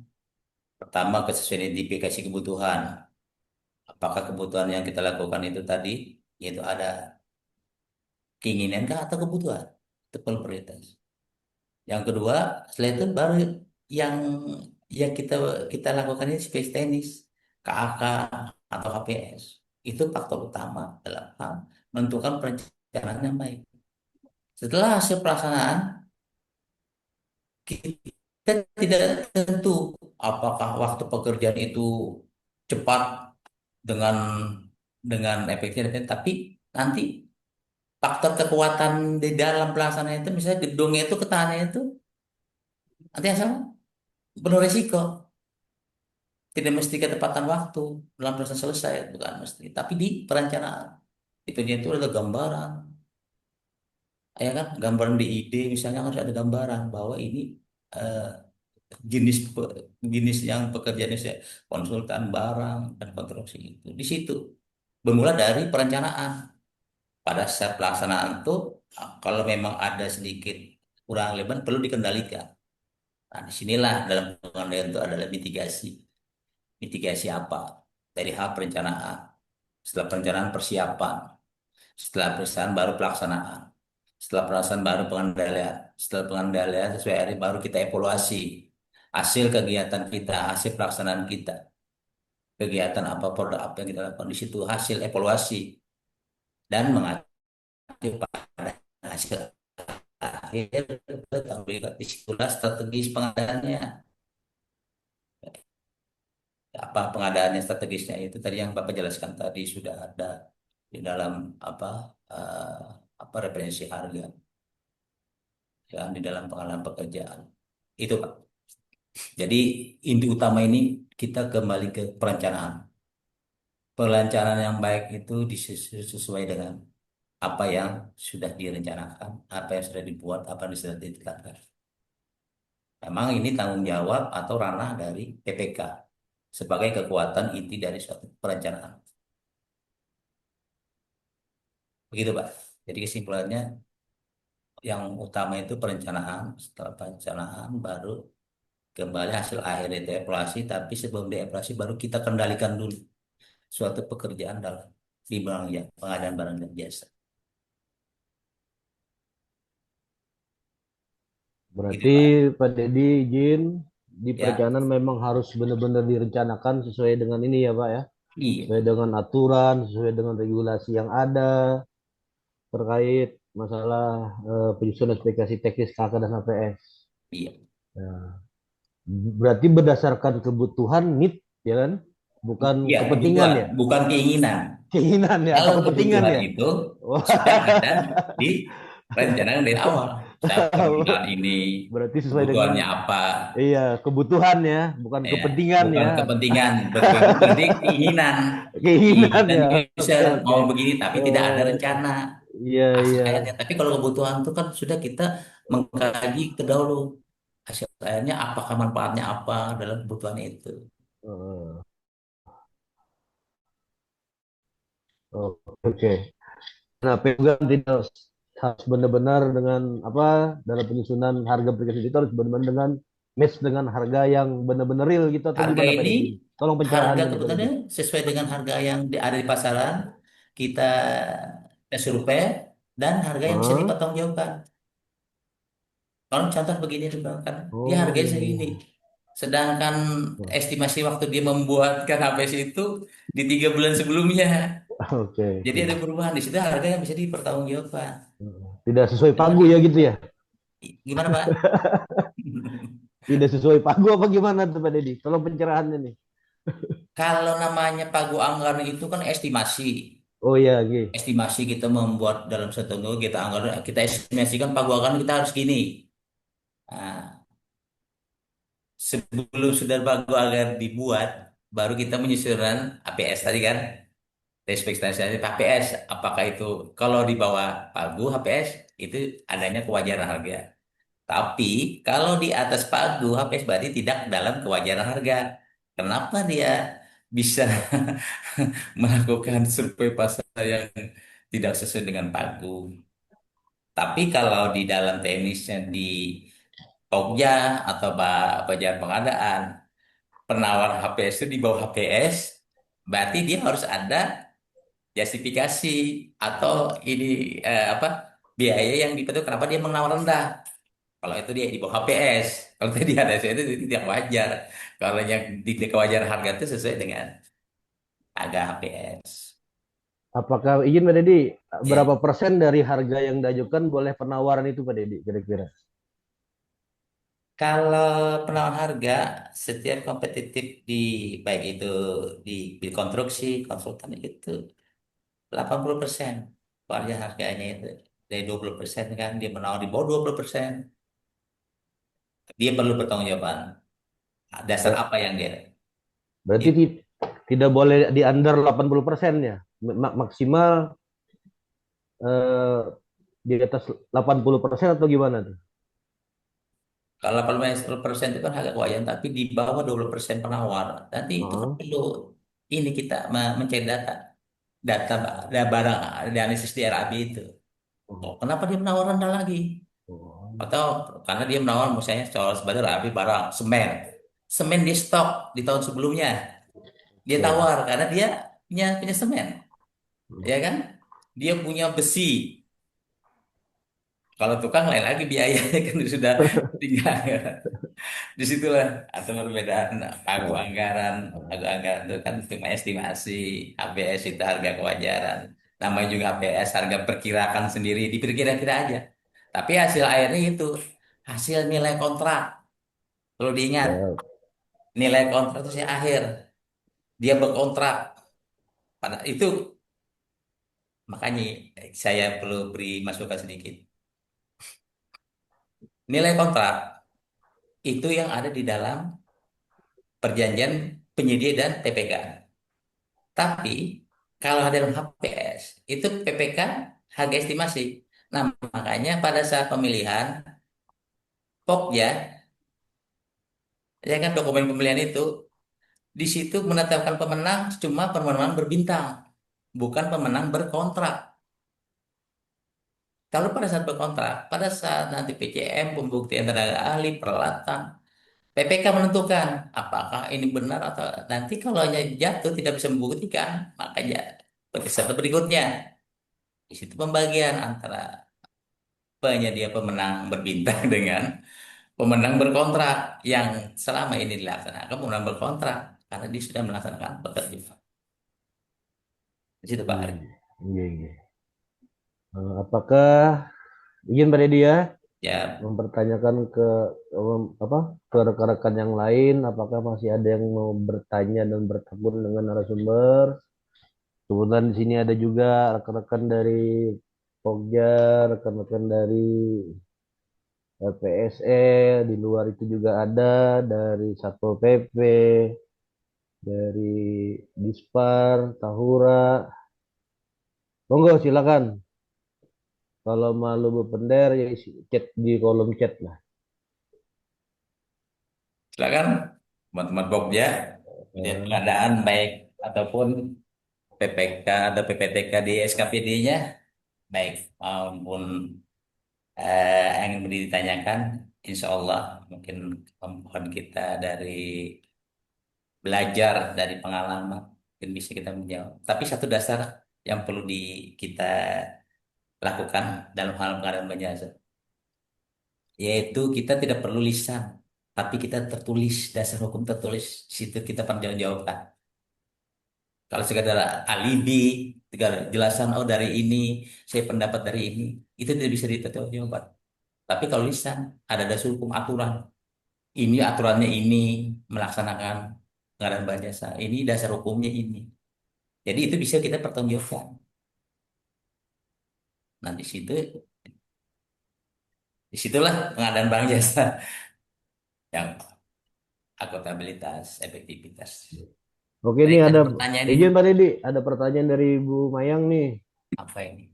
Bagaimana apabila kebutuhan terhadap suatu barang tidak sesuai dengan nilai pagu anggaran, misalnya kebutuhan barang A sebesar 5 juta, sementara tersedia 4 juta, bagaimana sebaiknya hal tersebut disikapi?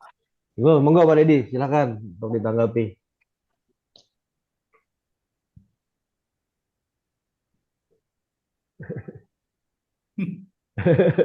Jadi begini, nilai pagunya ini kan 4 juta, sedangkan kebutuhan kan 5 juta.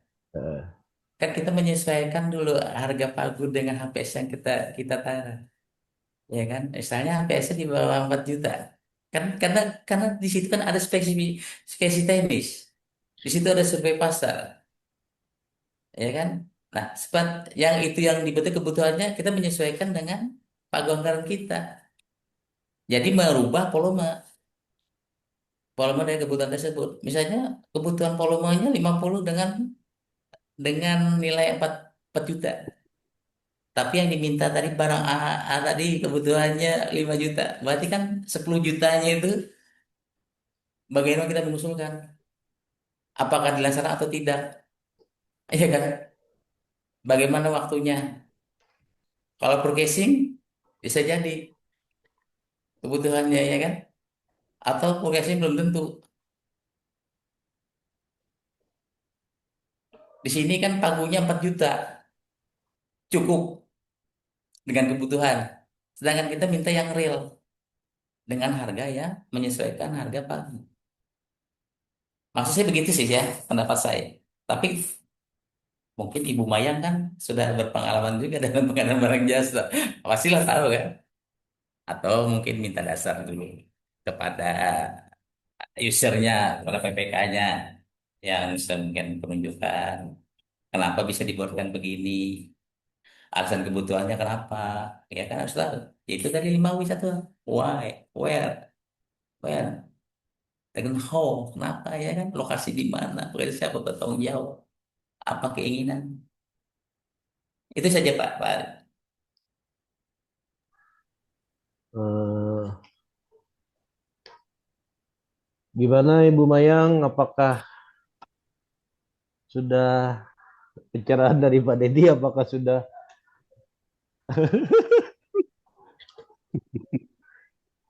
Moderator, izin moderator. Siap Pak Iril, silakan. Ini karena memang kita forum diskusi di sini kan. Jadi eh, terkait dengan permasalahan yang ditanyakan oleh Ibu Mayang ini sebenarnya ada beberapa sikap dan langkah yang kita ambil. Pertama, tentu saja kalau terkait dengan anggarannya tidak mencukupi, ya ada beberapa strategi. Pak Ari mungkin yang lebih memahami terkait strategi ini. Moderator. Bisa aja Pak ini. Mungkin Bantuan salah satu SAB-nya, pakai santunan biayanya yang tuh, Pak. paling radikal itu kan artinya tidak bisa dilaksanakan karena jelas Iya. pagunya tidak mencukupi. Iya. Tapi kan ada beberapa strategi. Misalnya ya bisa saja speknya kita Volume. kita kita lakukan perubahan. Misalnya kita mempunyai Betul. barang yang sama mungkin tapi speknya lebih lebih di bawah lah mungkin. Nah, Iya. tinggal apakah itu yang speknya kita turunkan itu tadi bisa bisa memenuhi kebutuhan minimal SKPD. Nah, mungkin Siap. seperti itu atau tadi atau nanti menunggu perubahan misalnya pada saat perubahan kita lakukan eh, apa Tanaman pagu, Pak ya. usulan lagi kan. Iya, Nah, betul. ini itu beberapa hal-hal yang perlu kita lakukan. Jadi ada beberapa sebenarnya terkait dengan apa yang disampaikan oleh Bu Mayang tadi. Pertama tadi kan ya hanya kebutuhan kita tunda dulu. Kita Hmm. tidak pelaksanaan dulu menunggu perubahan. Nah, atau misalnya memang kalau kebutuhan itu mendesak dan darurat ya mau tidak mau tadi eh Mengurangi volume. mengurangi volume. Kalau misalnya ada kita berbicara volume. Hmm. Tapi kalau berbicara spek mungkin saja kita turunkan speknya mungkin ya. Misalnya terkait dengan kebutuhan komputer misalnya apa ya kita menginginkan yang sekian. Oh ternyata ini bisa kita handle dengan yang speknya agak agak di bawah. Nah dengan harga yang lebih murah. Nah, mungkin seperti itu hal seperti itu yang bisa kita laksanakan untuk menyikapi apa terkait dengan apa yang ditanyakan oleh Ibu Mayang ini. Mungkin itu Pak Moderator atau Pak Ya. Moderator sebagai Ini ada ahli pertanyaan, Pak, strategi. dari Diskop, Pak Arisnur. Oh Ingin Oke, ya, bertanya. siap, siap. Oke, baik, Terkait Pak. Ibu, silakan Pak Harisno dari Diskop, silakan untuk izin bertanya, monggo. Maaf, terima kasih Pak atas kebenaran. Kedengaran suara saya Pak? jelas. Jelas Pak, jelas. Terima kasih Pak moderator, Pak Hair dan Pak Dedi juga atas yang disampaikan pada kali ini. Saya tertarik tadi ketemu ada pertanyaan Bu Mayang tadi. Itu memang kalimatnya, pertanyaannya itu sebenarnya kaitannya dengan TKDN tuh Pak. Setahu saya tuh analisanya. Jadi apa yang disampaikan Pak Hair itu terjadi Pak dengan Kementerian Pendidikan. Jadi TKDN itu memang gimana ya? Kalau saya dari dulu sudah membahas kan TKDN ini dengan kawan-kawan PBBJ, kayaknya kayak main-main bisnis gitu. Jadi gini, kita menemukan di lapangan di HPS apa yang disampaikan oleh Pak Dedi itu, kita menemukan speknya tuh bagus, speknya bagus, buat kerja juga oke, buat multimedia juga oke. Cuman dia tidak TKDN Pak. Hmm. Akhirnya kita dengan pagu yang segitu kita ngambil TKDN. Akhirnya tadi kita dapatnya speknya yang rendah. Nah, itu kan kaitannya sama kan tuh dengan kasusnya kementerian. Minta maaf saya buka-buka kasus ini kan. Karena sama dengan Kementerian Pendidikan, dia ketika menganggarkan dia sudah betul speknya dia maunya seperti ini. Cuman ketika terkait dengan regulasi TKDN, tabrakan dia akhirnya. Makanya dia menurunkan spek. Nah, saya ingin solusi saja sih. Kalau sudah seperti itu kondisinya, karena banyak Pak menemukan kita ini pengennya kan gini. Kita kadang-kadang terbaliknya ini. Permendagri tentang cara penyusunan APBD, tentang apa dengan forum daerah itu bunyinya kayak ini. Kita tidak bisa melaksanakan sebuah kegiatan apabila tidak teranggarkan. Itu bahasanya seperti itu. Yang kedua, ketika kita sudah anggarkan, ternyata di lapangan yang kita inginkan tidak mencukupi. Makanya tadi ada pertanyaan Bu Mayang tadi, kita membutuhkan sebenarnya ini sih untuk bekerja. Tahu-tahunya kita tabrakan pas pengadaan. Akhirnya diturunkan. Sekali pas sudah pemeriksaan, kenapa nih dengan harga seperti ini ngambilnya speknya yang seperti ini gitu. Padahal kita kan maunya ya ini gitu loh maksudnya. Cuman pengalaman saya itu tahun kemarin pengadaan laptop dan ada aja sih sebenarnya TKDN yang mumpuni gitu kan terkait dengan harga seperti itu. Cuman kalau bahayanya seperti ini, kalau dikait-kaitkan dengan HPS, kait-kaitkan dengan harga pasar, pernah tuh. Contohnya gini, saya mau ngambil, coba sebut nama aja misalnya Asus. speknya bagus, berapa internalnya, berapa RAM-nya, berapa apa namanya nih, motherboardnya, apa namanya, Intel Core-nya apa gitu kan. Saya maunya ini, harganya ini, dan itu kalau dianggar, kalau itu kita ambil pasti silpa, masih ada silpanya gitu itu Pak Iril. Ternyata terkendala dengan TKDN. Nah, dengan ada TKDN itu akhirnya menurunkan saya speknya. Ini. Nah, mungkin seperti ini, mungkin saya tidak bertanya, Pak. Cuman ini kan forum diskusi. Bisakah seperti itu kawan-kawan PBJ ini mempertanyakan kembali nih kebijakan TKDN ini di kawan di Kementerian Perdagangan atau apa ya, lupa saya dengan KDN ini, ditanyakan kembali kalau misalkan 3DN dia tidak ada, bisa nggak dia cukup misalkan surat pernyataan dari penyedia bahwa ini produk dalam negeri seperti itu. Karena saya tahu sendiri lah kementerian-kementerian itu kalau kalau nggak kasih apa produk-produk itu dia nggak dapat 3DN gitu. Mungkin itu aja Pak yang ingin saya sampaikan. Ini soalnya persoalan ini akan berulang setiap tahunnya. Karena apa? Kita ini ke dalam sistem penganggaran, kita ini dalam sistem pengadaan barang dan jasa maunya efisiensi. Cuman ketika kita berkaitan dengan TKDN, ya tabrakan kita akhirnya keinginan kita itu. Mungkin itu Pak, terima kasih Pak Moderator dan Sum juga. Apa Terima mungkin kasih. bisa disolusikan itu loh. Terima kasih. Assalamualaikum warahmatullahi wabarakatuh. Waalaikumsalam. Terima Waalaikumsalam. kasih Pak Haris Nur. Ya, gimana Pak Gitu Pak. narasumber terhadap tanggapan dari Pak Haris Nur tadi? Ini juga ada satu nih di kolom chat. Saya bacakan dulu pada dia. Bisa Ya, minta tolong dibagikan perhitungan TKDN kah Bapak Narsum? Jika produk tersebut belum ada sertifikat TKDN-nya di Kemenprint, di Kemenperin, supaya kami tidak salah dalam mengadakan barang jasa sesuai dengan perencanaan kami. Terima kasih. Mohon tanggapannya Pak terkait Bapak Haris Nur tadi dan terkait pertanyaan Bapak Helmi. Oke, silakan Pak Dedi. terima kasih dengan Bapak Harson tadi ya, dan ini Haris Nur ya. Oke, melihat dari permasalahan ini, mungkin kita kembali lagi mengkaji lebih dalam lagi apa spesifik teknis, apa kerangka acuan kerja, dan hasil akhir itu jadilah sebuah HPS. Jadi tingkat TKDN itu kan cuma sekedar bahwa ini produknya akan dibuat yang telah ditetapkan. Nanti kita mencari hasil, sekarang kan ada dua kan, ada PDN, ada TKDN, tingkat komponennya ini. Sedangkan Bapak yang bertanya itu apakah itu berupa barang kah? Apakah itu dari jenis untuk konstruksi kan? Di situ harus kita tahu Pak. Kalau barang adalah standarnya kan harus ada 3DM, komponen dalam negerinya berapa persen, ya kan? Di situ nanti kita harus survei pasar, analis pasar. Bahwa kita tahu oh ini identifikasi kebutuhan itu kan di situ sudah ada kebutuhan kita apa, speknya apa. Jadi kita menyesuaikan. Kan kebanyakan kan kalau tidak ada produknya ini harus setara dengan ini merek. Tadi kan ada merek, ada sampel. Nah, kembali ke merek. Apakah di situ nanti di sini ada yang saya jelaskan tadi sedikit saya paham Pak ya, itu menggunakan dalam negeri, menggunakan produk bersertifikat NSI, produk UMKM menggunakan dan menggunakan industri hijau. Nah, jadi kembali lagi kita sebagai mungkin Bapak nanti atau PPK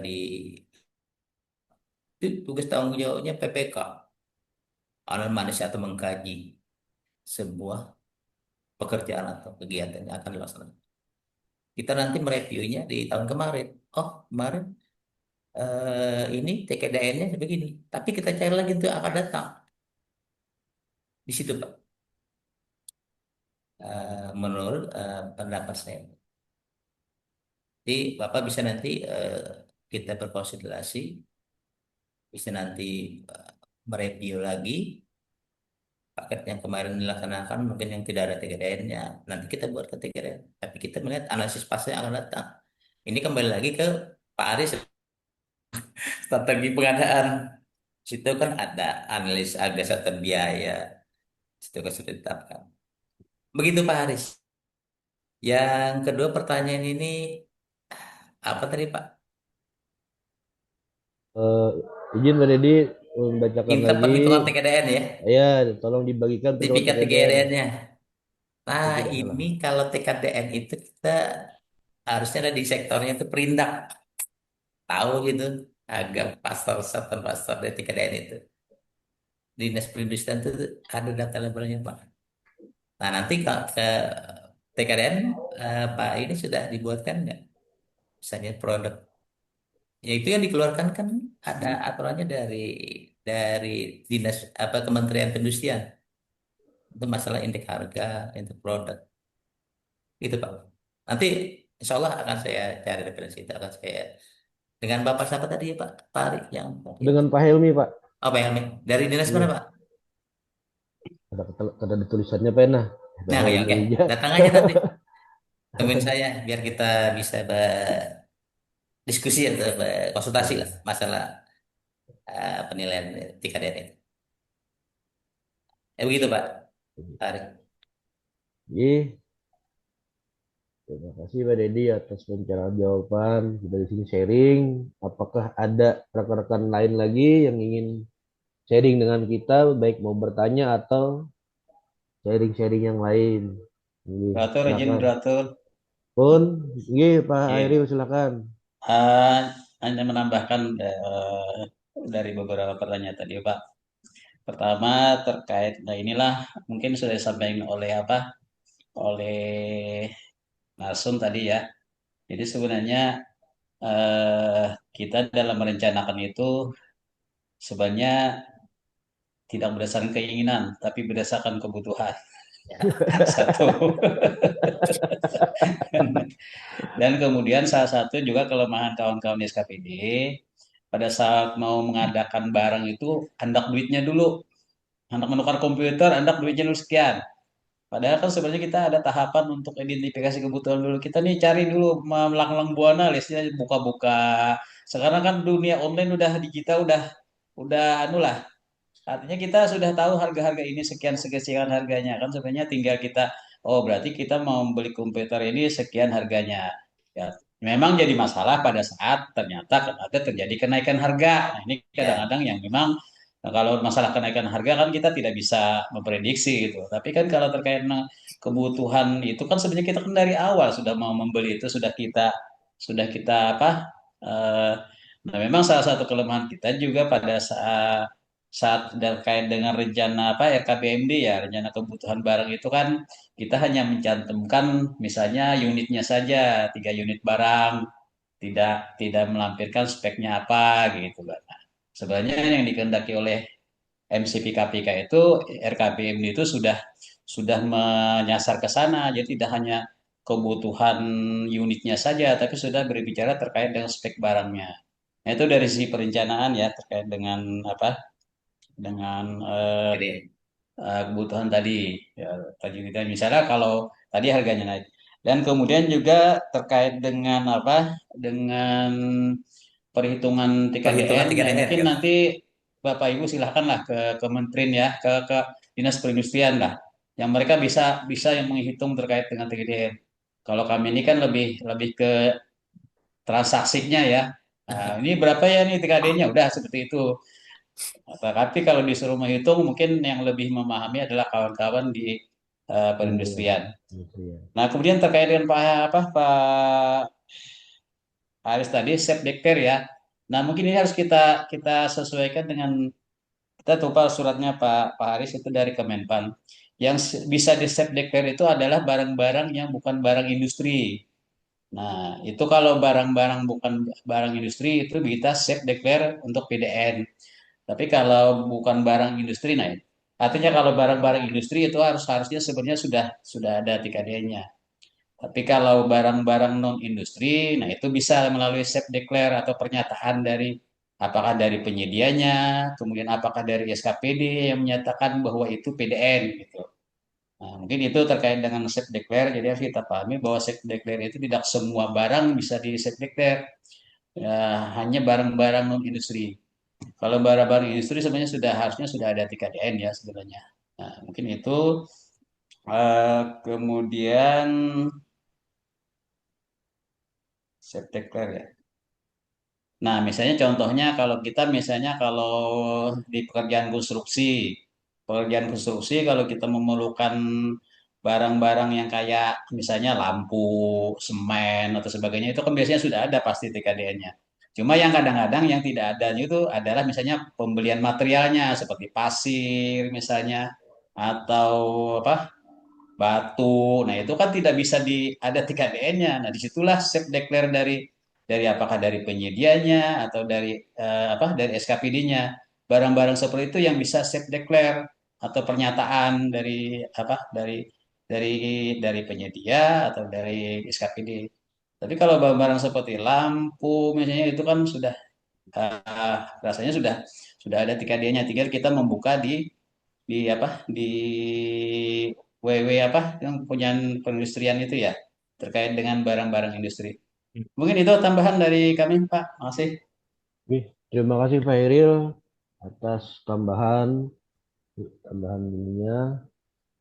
Gimana Pak Dedi? Apakah ada hal lagi yang perlu disampaikan terhadap pada eh, sidik peraja hari ini terkait masalah visual spesifikasi teknis, KK dan HPS sambil kita nunggu rekan-rekan yang lain entah itu mau bertanya atau mau sharing. Ih, silakan Pak Dedi. Ini tadi ada pertanyaan nih Pak Pari dari Oh iya nih ada nih. Pak Jika Helmi untuk ya. ya Pak Tambahan. Helmi, jika untuk pekerjaan konstruksi bagaimana menghitung TKDN-nya secara keseluruhan pekerjaan termasuk peralatan konstruksinya dalam kodok ekskavator, grader, wheel loader dan lain peralatan berat lainnya. Gih, Pak Dedi, monggo silakan. Kalau ini ya termasuk peralatan ya, berarti yang itu tidak masuk di dalam dikompetitifkan itu, Pak. Jadi kan ekskavator itu kan punya sendiri, itu kan mereka kan tidak perlu dibuatkan di dalam persyaratan TKDN itu, Pak. Dan TKDN itu kan anggaran biayanya itu RAB-nya ada sebagian dari item. Kalau grader itu kan mesin potongnya, well ridernya atau peralatan alat berat. Kan mereka dari luar negeri itu karena sudah kalau untuk sekarang standar TKDN-nya apakah perlu dipersyaratkan oleh PPK? Gantung lagi.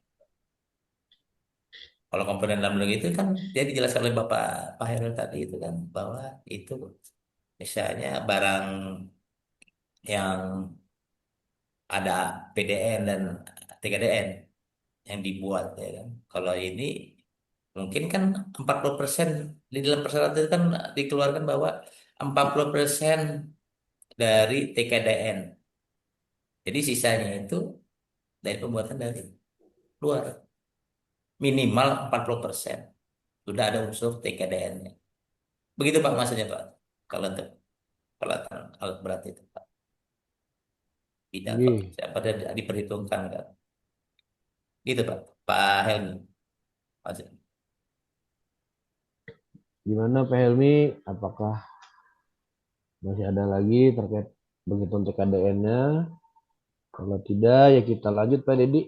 Apa yang harus disampaikan tentang mesin spesifikasi sambil nunggu rekan-rekan yang resen atau melalui chat. Apakah ada yang perlu disampaikan lagi terkait teknis KK dan HPS? Monggo Pak Dedi silakan. Kami nunggu. Saya rasa cukup ya Pak ya. Kalau nanti kita mengulas nanti mungkin eh, materi selanjutnya akan ada disampaikan. Tapi kita kembalikan namanya diskusi. Apa mungkin tadi masukan ke Pak Heri lagi Lagi. atau rekan-rekan dalam hal perencanaan untuk pengetahuan ide khusus dan spek teknis dalam penentuan HPS. Apa dari Itu Pak Pak Ari. Hasan? Silakan Pak Hasan. Moderator izin moderator. Udah siap Pak ya? Silakan monggo Pak. Hanya ingin memberitahukan kepada peserta. Jadi sebenarnya sebenarnya kita sampaikan dari awal tadi, memang kita sharing Praja ini adalah forum untuk diskusi. Jadi kawan-kawan peserta Zoom meeting, kalau ini ada yang ditanyakan di luar materi yang dibawakan narsum pun mungkin silakan saja ya.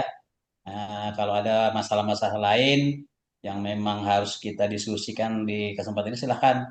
Tidak hanya terkait dengan spek teknis, HPS dan Kakak. eh, KK, tapi bisa juga kalau ada masalah-masalah lain silakan saja kita diskusikan karena di sini ada beberapa, selain narasum juga ada beberapa kawan-kawan dari CPPBJ yang juga berhadir ya mengikuti apa Siring Praja ini. Oke, demikian. Terima kasih Pak Moderator.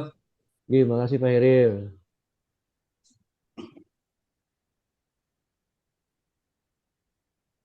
Di sini ada Pak pengalaman kemarin tuh sudah di kasus Pak Ali. Ya, siap. Dalam Oke, hal Pak Dedi. penentuan HPS serta itu ada yang terjadi di kejadian itu. Di situ kan tender, lelang tender pengadaan pupuk di Irian Jaya, sebetulnya di Papua itu. Jadi sudah mereka buatkan biaya overhead, biaya transportasi, biaya biaya pupuknya itu. Jadi ditenderkan itu lokasinya pada saat itu si penawar penyedianya itu ada di Surabaya. Dia mempunyai alat transportasi berupa kapal. Pada saat penawaran tender, jadi dia mengeluarkan biaya transportasinya. Cukup dia menawar harga pupuk karena dihilangkan. Apa resikonya terhadap penawar tersebut? Karena dia mempunyai transportasi kapal. Kalau dihitung dia mempunyai keuntungan, harus ada keuntungan, tapi dia dia melepaskan atau dia membuang eh, biaya transportasinya. Nah, di situ ada sudah terjadi ditetapkan undang-undang berjalan dan tidak ada kendala. Jadi hasil manfaatnya itu bahwa dia tidak mengambil biaya transport yang dia punya kapal. Jadi keuntungan dari dia pengantaran dari pupuk. Nah, jadi kita kita ini kembali bahwa pengadaan ini sifatnya dia untuk manfaat orang banyak. Itu ada pengalaman kemarin tuh dari kasusnya itu bahwa dia membuang nilai transport biaya transportnya. Jadi ada penghematannya di di di kegiatan itu efisiensinya itu. Gitu Pak Ari, cerita kok ini sebelum penambahan kemarin. Iya, terima kasih Pak Dedi atas Ya Pak sharingnya. Ari. Iya, sebenarnya dalam proses pengadaan barang jasa itu memang di awal perencanaan memang sangat penting sekali ya Pak Dedi ya, dalam penyusunan spesifikasi teknis, KAK dan APS agar eh, pelaksanaan pengadaan barang jasa itu sesuai dengan regulasi, sesuai dengan aturan yang berlaku.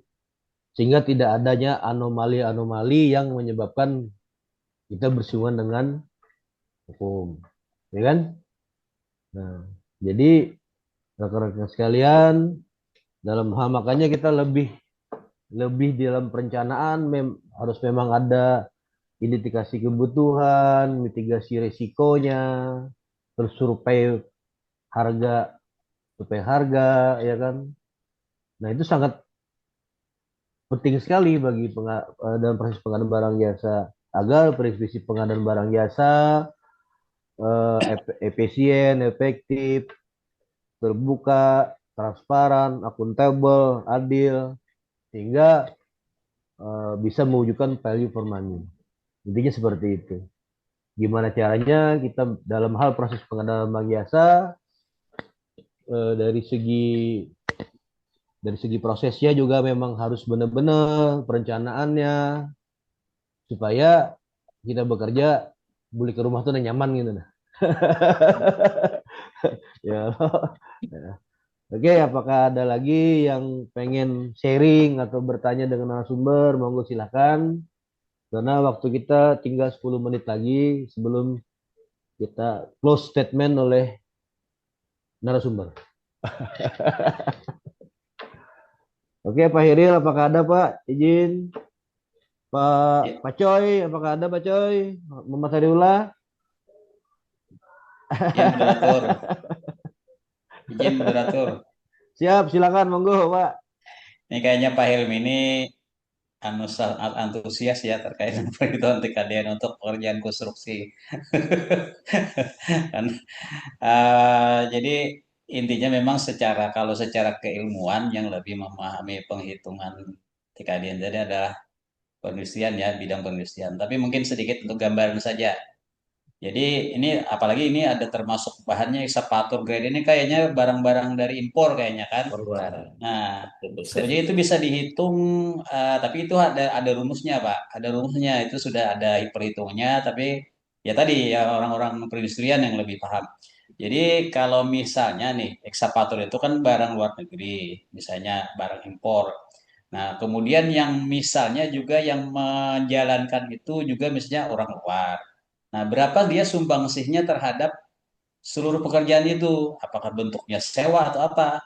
Nah, nilai itulah yang akan mengurangi nilai TKDN yang seharusnya misalnya anggaplah 100%. Tapi kan ada unsur-unsur misalnya dari barang ekskavator itu misalnya barang impor, kemudian yang pekerjanya yang mengoperasikannya juga misalnya boleh lah anggaplah orang luar, maka itu bisa dikurangi perhitungannya berapa dari biaya sewa alat itu sendiri, kemudian berapa upah pekerjanya itu.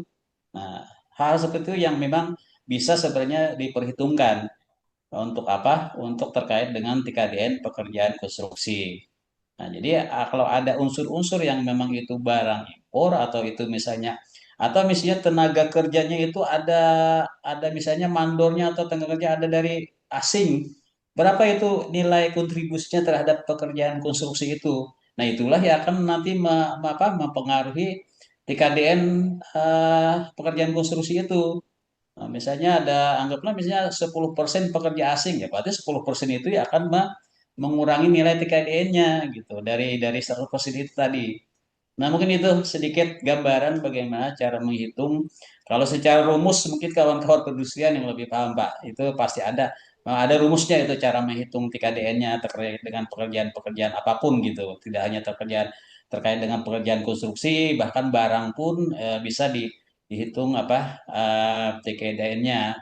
Kalau misalnya barang itu belum belum ada TKDN-nya. Tapi itu tadi unsur-unsur pembentuknya itu apa atau unsur-unsur yang terlibat di situ apa? Apakah memang semua lokal atau memang ada unsur-unsur dari impor atau dari luar? Nah, itu akan mempengaruhi nilai TKDN dari barang tersebut.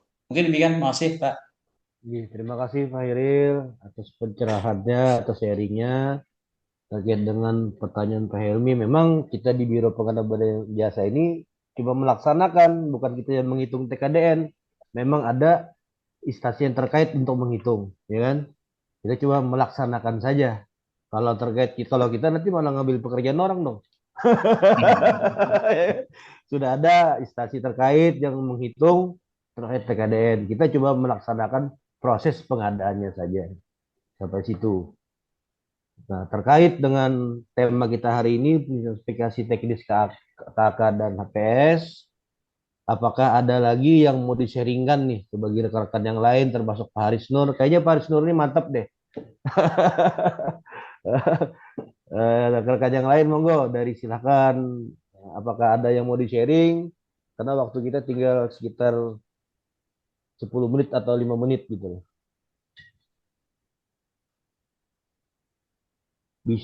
Oh ini ada nih tanggapan dari Ibu Mayang, bisa juga minta bantuan ke konsultan perencana untuk penghitungan TKDN pada saat penyusunan DID atau RAB perencanaan. Wah, satu masukannya bagus nih. Terima kasih Ibu Mayang atas masukannya nih. Gimana Pak Haris Nur, Pak Helmi, apakah ada lagi yang mau di-sharing dengan kita? Ibu Haji mana nih Bu Haji ini kada kelihatan nih. Kada betakuan ke Bu Haji lo Mbak Dedi.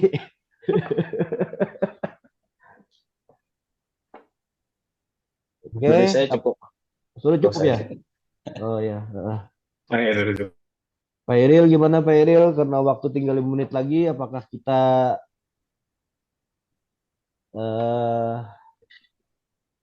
lakukan sampai di sini dulu, sampai berjumpa minggu depan atau gimana nih? Monggo, karena kayaknya rekan-rekan yang lain. Oh ini ada nih dari Pak Helmi lagi nih tanggapan nih. Masalahnya konsultan perancang juga nggak ngerti masalah itu Bu katanya. Nasib Pak lagi nang itu nggak ada.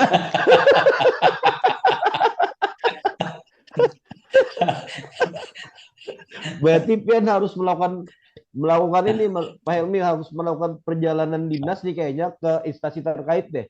Ataukah itu di kementerian di Jakarta Pak, atau langsung ke Kementerian Perindustrian aja, Pak. langsung ke kementerian aja Konsultasi ke kayaknya Pak Helmi Jakarta. untuk menjabat pencerahan.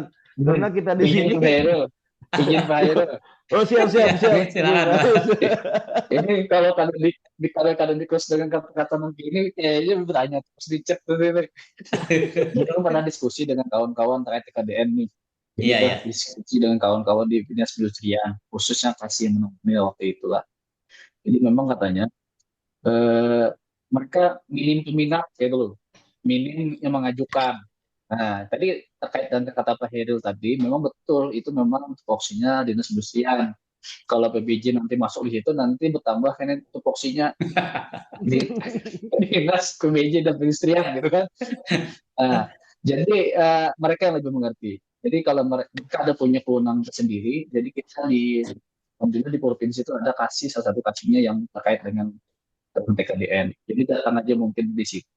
Mana bisnya memang betul tadi ada di kolom chat. Kalau dilarikan ke konsultan, Pak, mereka kan sakit kepala memikirkan perencanaan sudah sakit apalagi suruh ngitung TKDN. TKDN ini kayak buah si malakama tuh nah. Ya. Jadi kadang dilaksanakan bubuhan BPJ yang kena, dilaksanakan bubuhan kami yang kena juga. Kita balik-balik. Mungkin itu aja Bang, mungkin sedikit segmen dulu. Jadi kalau kita mempertanyakan TKDN sampai jam 1 pada tumpung-tumpung TKDN. Kayaknya harus Pak Masih. Haris. Izin Pak Haris, kayaknya harus melakukan perjalanan dinas kita ke kementerian Pak. Nah, Untuk mempertimbangkan gitu. Ayo nah Januari lah, sudah ada UP-nya. Strateginya gitu, jadi lagi harus melaksanakan perjalanan dinas ke Jakarta ke Kementerian Perindustrian untuk menyalakan terkait TKDN ini tadi.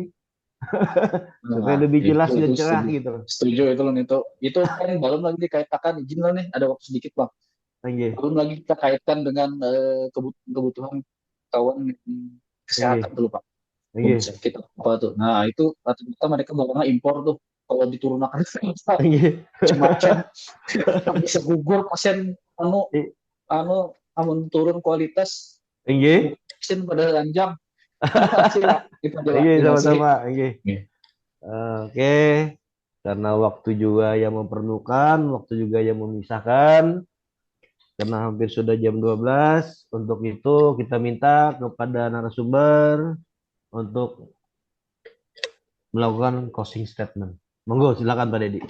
Ya, terima kasih. Assalamualaikum. Jadi dalam hal perencanaan kita telah menyimak bahwa ini perlunya identifikasi kebutuhan, spesifik teknis atau KAK dan menentukan hasil akhir HPS. Jadi kita sebagai pelaku pengadaan, baik itu PPK, Pokja Pemilihan, PP, serta yang terkait dalam hal pengadaan, kita perlu kehati-hatian, bekerja dengan hati yang baik. Dari pengalaman itu kita terhindar dari permasalahannya akan yang kita hadapi ke depan. Perlunya regulasi yang cukup mendukung, baik segi aturan ataupun serta dari pendapat para ahlinya. Di situ kita akan menentukan di mana pekerjaan ini yang akan supaya tidak bermasalah ke depan. Itu saja. Salam pengadaan. Assalamualaikum warahmatullahi wabarakatuh. Waalaikumsalam warahmatullahi wabarakatuh. Alhamdulillah hari ini kita sudah melaksanakan sharing praja. Semoga apa yang disampaikan oleh narasumber kita bisa kita ambil pembelajarannya, sharingnya, agar bisa kita implementasikan di SKPD kita sendiri atau di biro pengadaan barang saya sendiri, di tempat rekan bekerja, terkait dengan tema tadi pesusunan spesifikasi teknis KK dan HPS. Sehingga hal tersebut sangat penting bagi proses pengadaan, untuk kelancaran proses pengadaan, untuk kita save lebih aman dalam hal pengadaan, agar kita tidak berbenturan dengan hukum, sehingga prinsip-prinsip pengadaan bisa terlaksana, bisa efisien, efektif, terbuka, transparan, adil, dan akuntabel sehingga menghasilkan value for money. Untuk itu, sebagai moderator, ulun banyak-banyak mohon maaf, mohon ampun, nun bon pian apabila ada kata-kata ulun salah, hilap, yang sengaja dan tidak disengaja. Karena di awal tadi ulun ada berpantun, mau kada mau di akhir berpantun. Kalau kalau ada sumur di ladang, Cakep. boleh kita menumpang mandi. Ya. Iya. Kalau ada umur kita panjang, boleh kita berjumpa Amin. lagi. Amin. Ini salah satu pantun ikonik di Biro Pengadaan yang dikeluarkan oleh beliau, Kepala Biro Pengadaan, ulun menyadur mengadopsi gitu sidin. Nah, ya lo. Haji Kodir dan Haji Klasasih. Iya. Cukup sekian dan terima kasih. Wassalamualaikum warahmatullahi wabarakatuh. Ulun kembalikan dengan pembawa Waalaikumsalam acara. warahmatullahi Silakan Bu Reni. Baik, terima kasih Pak Ari sebagai moderator, Pak Dedi sebagai narasumber kita pada hari ini, dan juga Pak Hairil, Pak Babak. Kami informasikan bahwa Siring Praja di tahun 2026 ini mungkin kita akan memberikan sertifikat. Jadi untuk di sesi pertama kemarin, di sesi ke-17 itu bisa Bapak Ibu download di Linktree yang biasa kita bagikan. Dan untuk sertifikat yang di sesi ke-18 Siring Praja, nanti silakan dipantau. Nanti kalau memang sudah bisa kita upload, artinya Bapak Ibu juga bisa untuk mendownload sertifikat yang Siring Praja yang sesi ke-18 ini. Dan saya ucapkan terima kasih kepada semua pihak yang sudah membantu acara Siring Praja di edisi ke-18 ini. Mengucapkan terima kasih, dan saya ucapkan juga nih, saya tidak sempat tadi berkomunikasi dengan Pak Haris Nur yang selalu setia menemani Siring Praja. Ya Pak Haris ya. Ya, Alhamdulillah Pak Haris sebagai pendamping kita luar biasa nih di Siring Praja. Dan untuk mendokumentasikan kegiatan ini, kami mohon kepada seluruh peserta untuk mengaktifkan kameranya. Berapa layar Pak Budi? 4. Oh ya. Iya. Oke, mohon bisa diaktifkan Bapak Ibu. Di slide pertama belum semuanya aktif nih. Biar bisa foto bareng nih. Tolong bisa diaktifkan semua.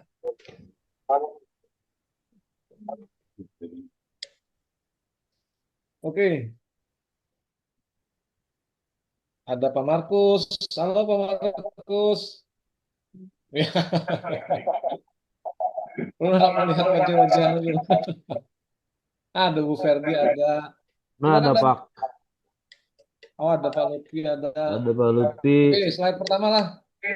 Yap. Oke, 1, 2, 3. Slide kedua. Ada Pak Rahmat. Wah, ada dari Jidannya nih. Sadi ada. Oke, slide kedua. Slide ketiga.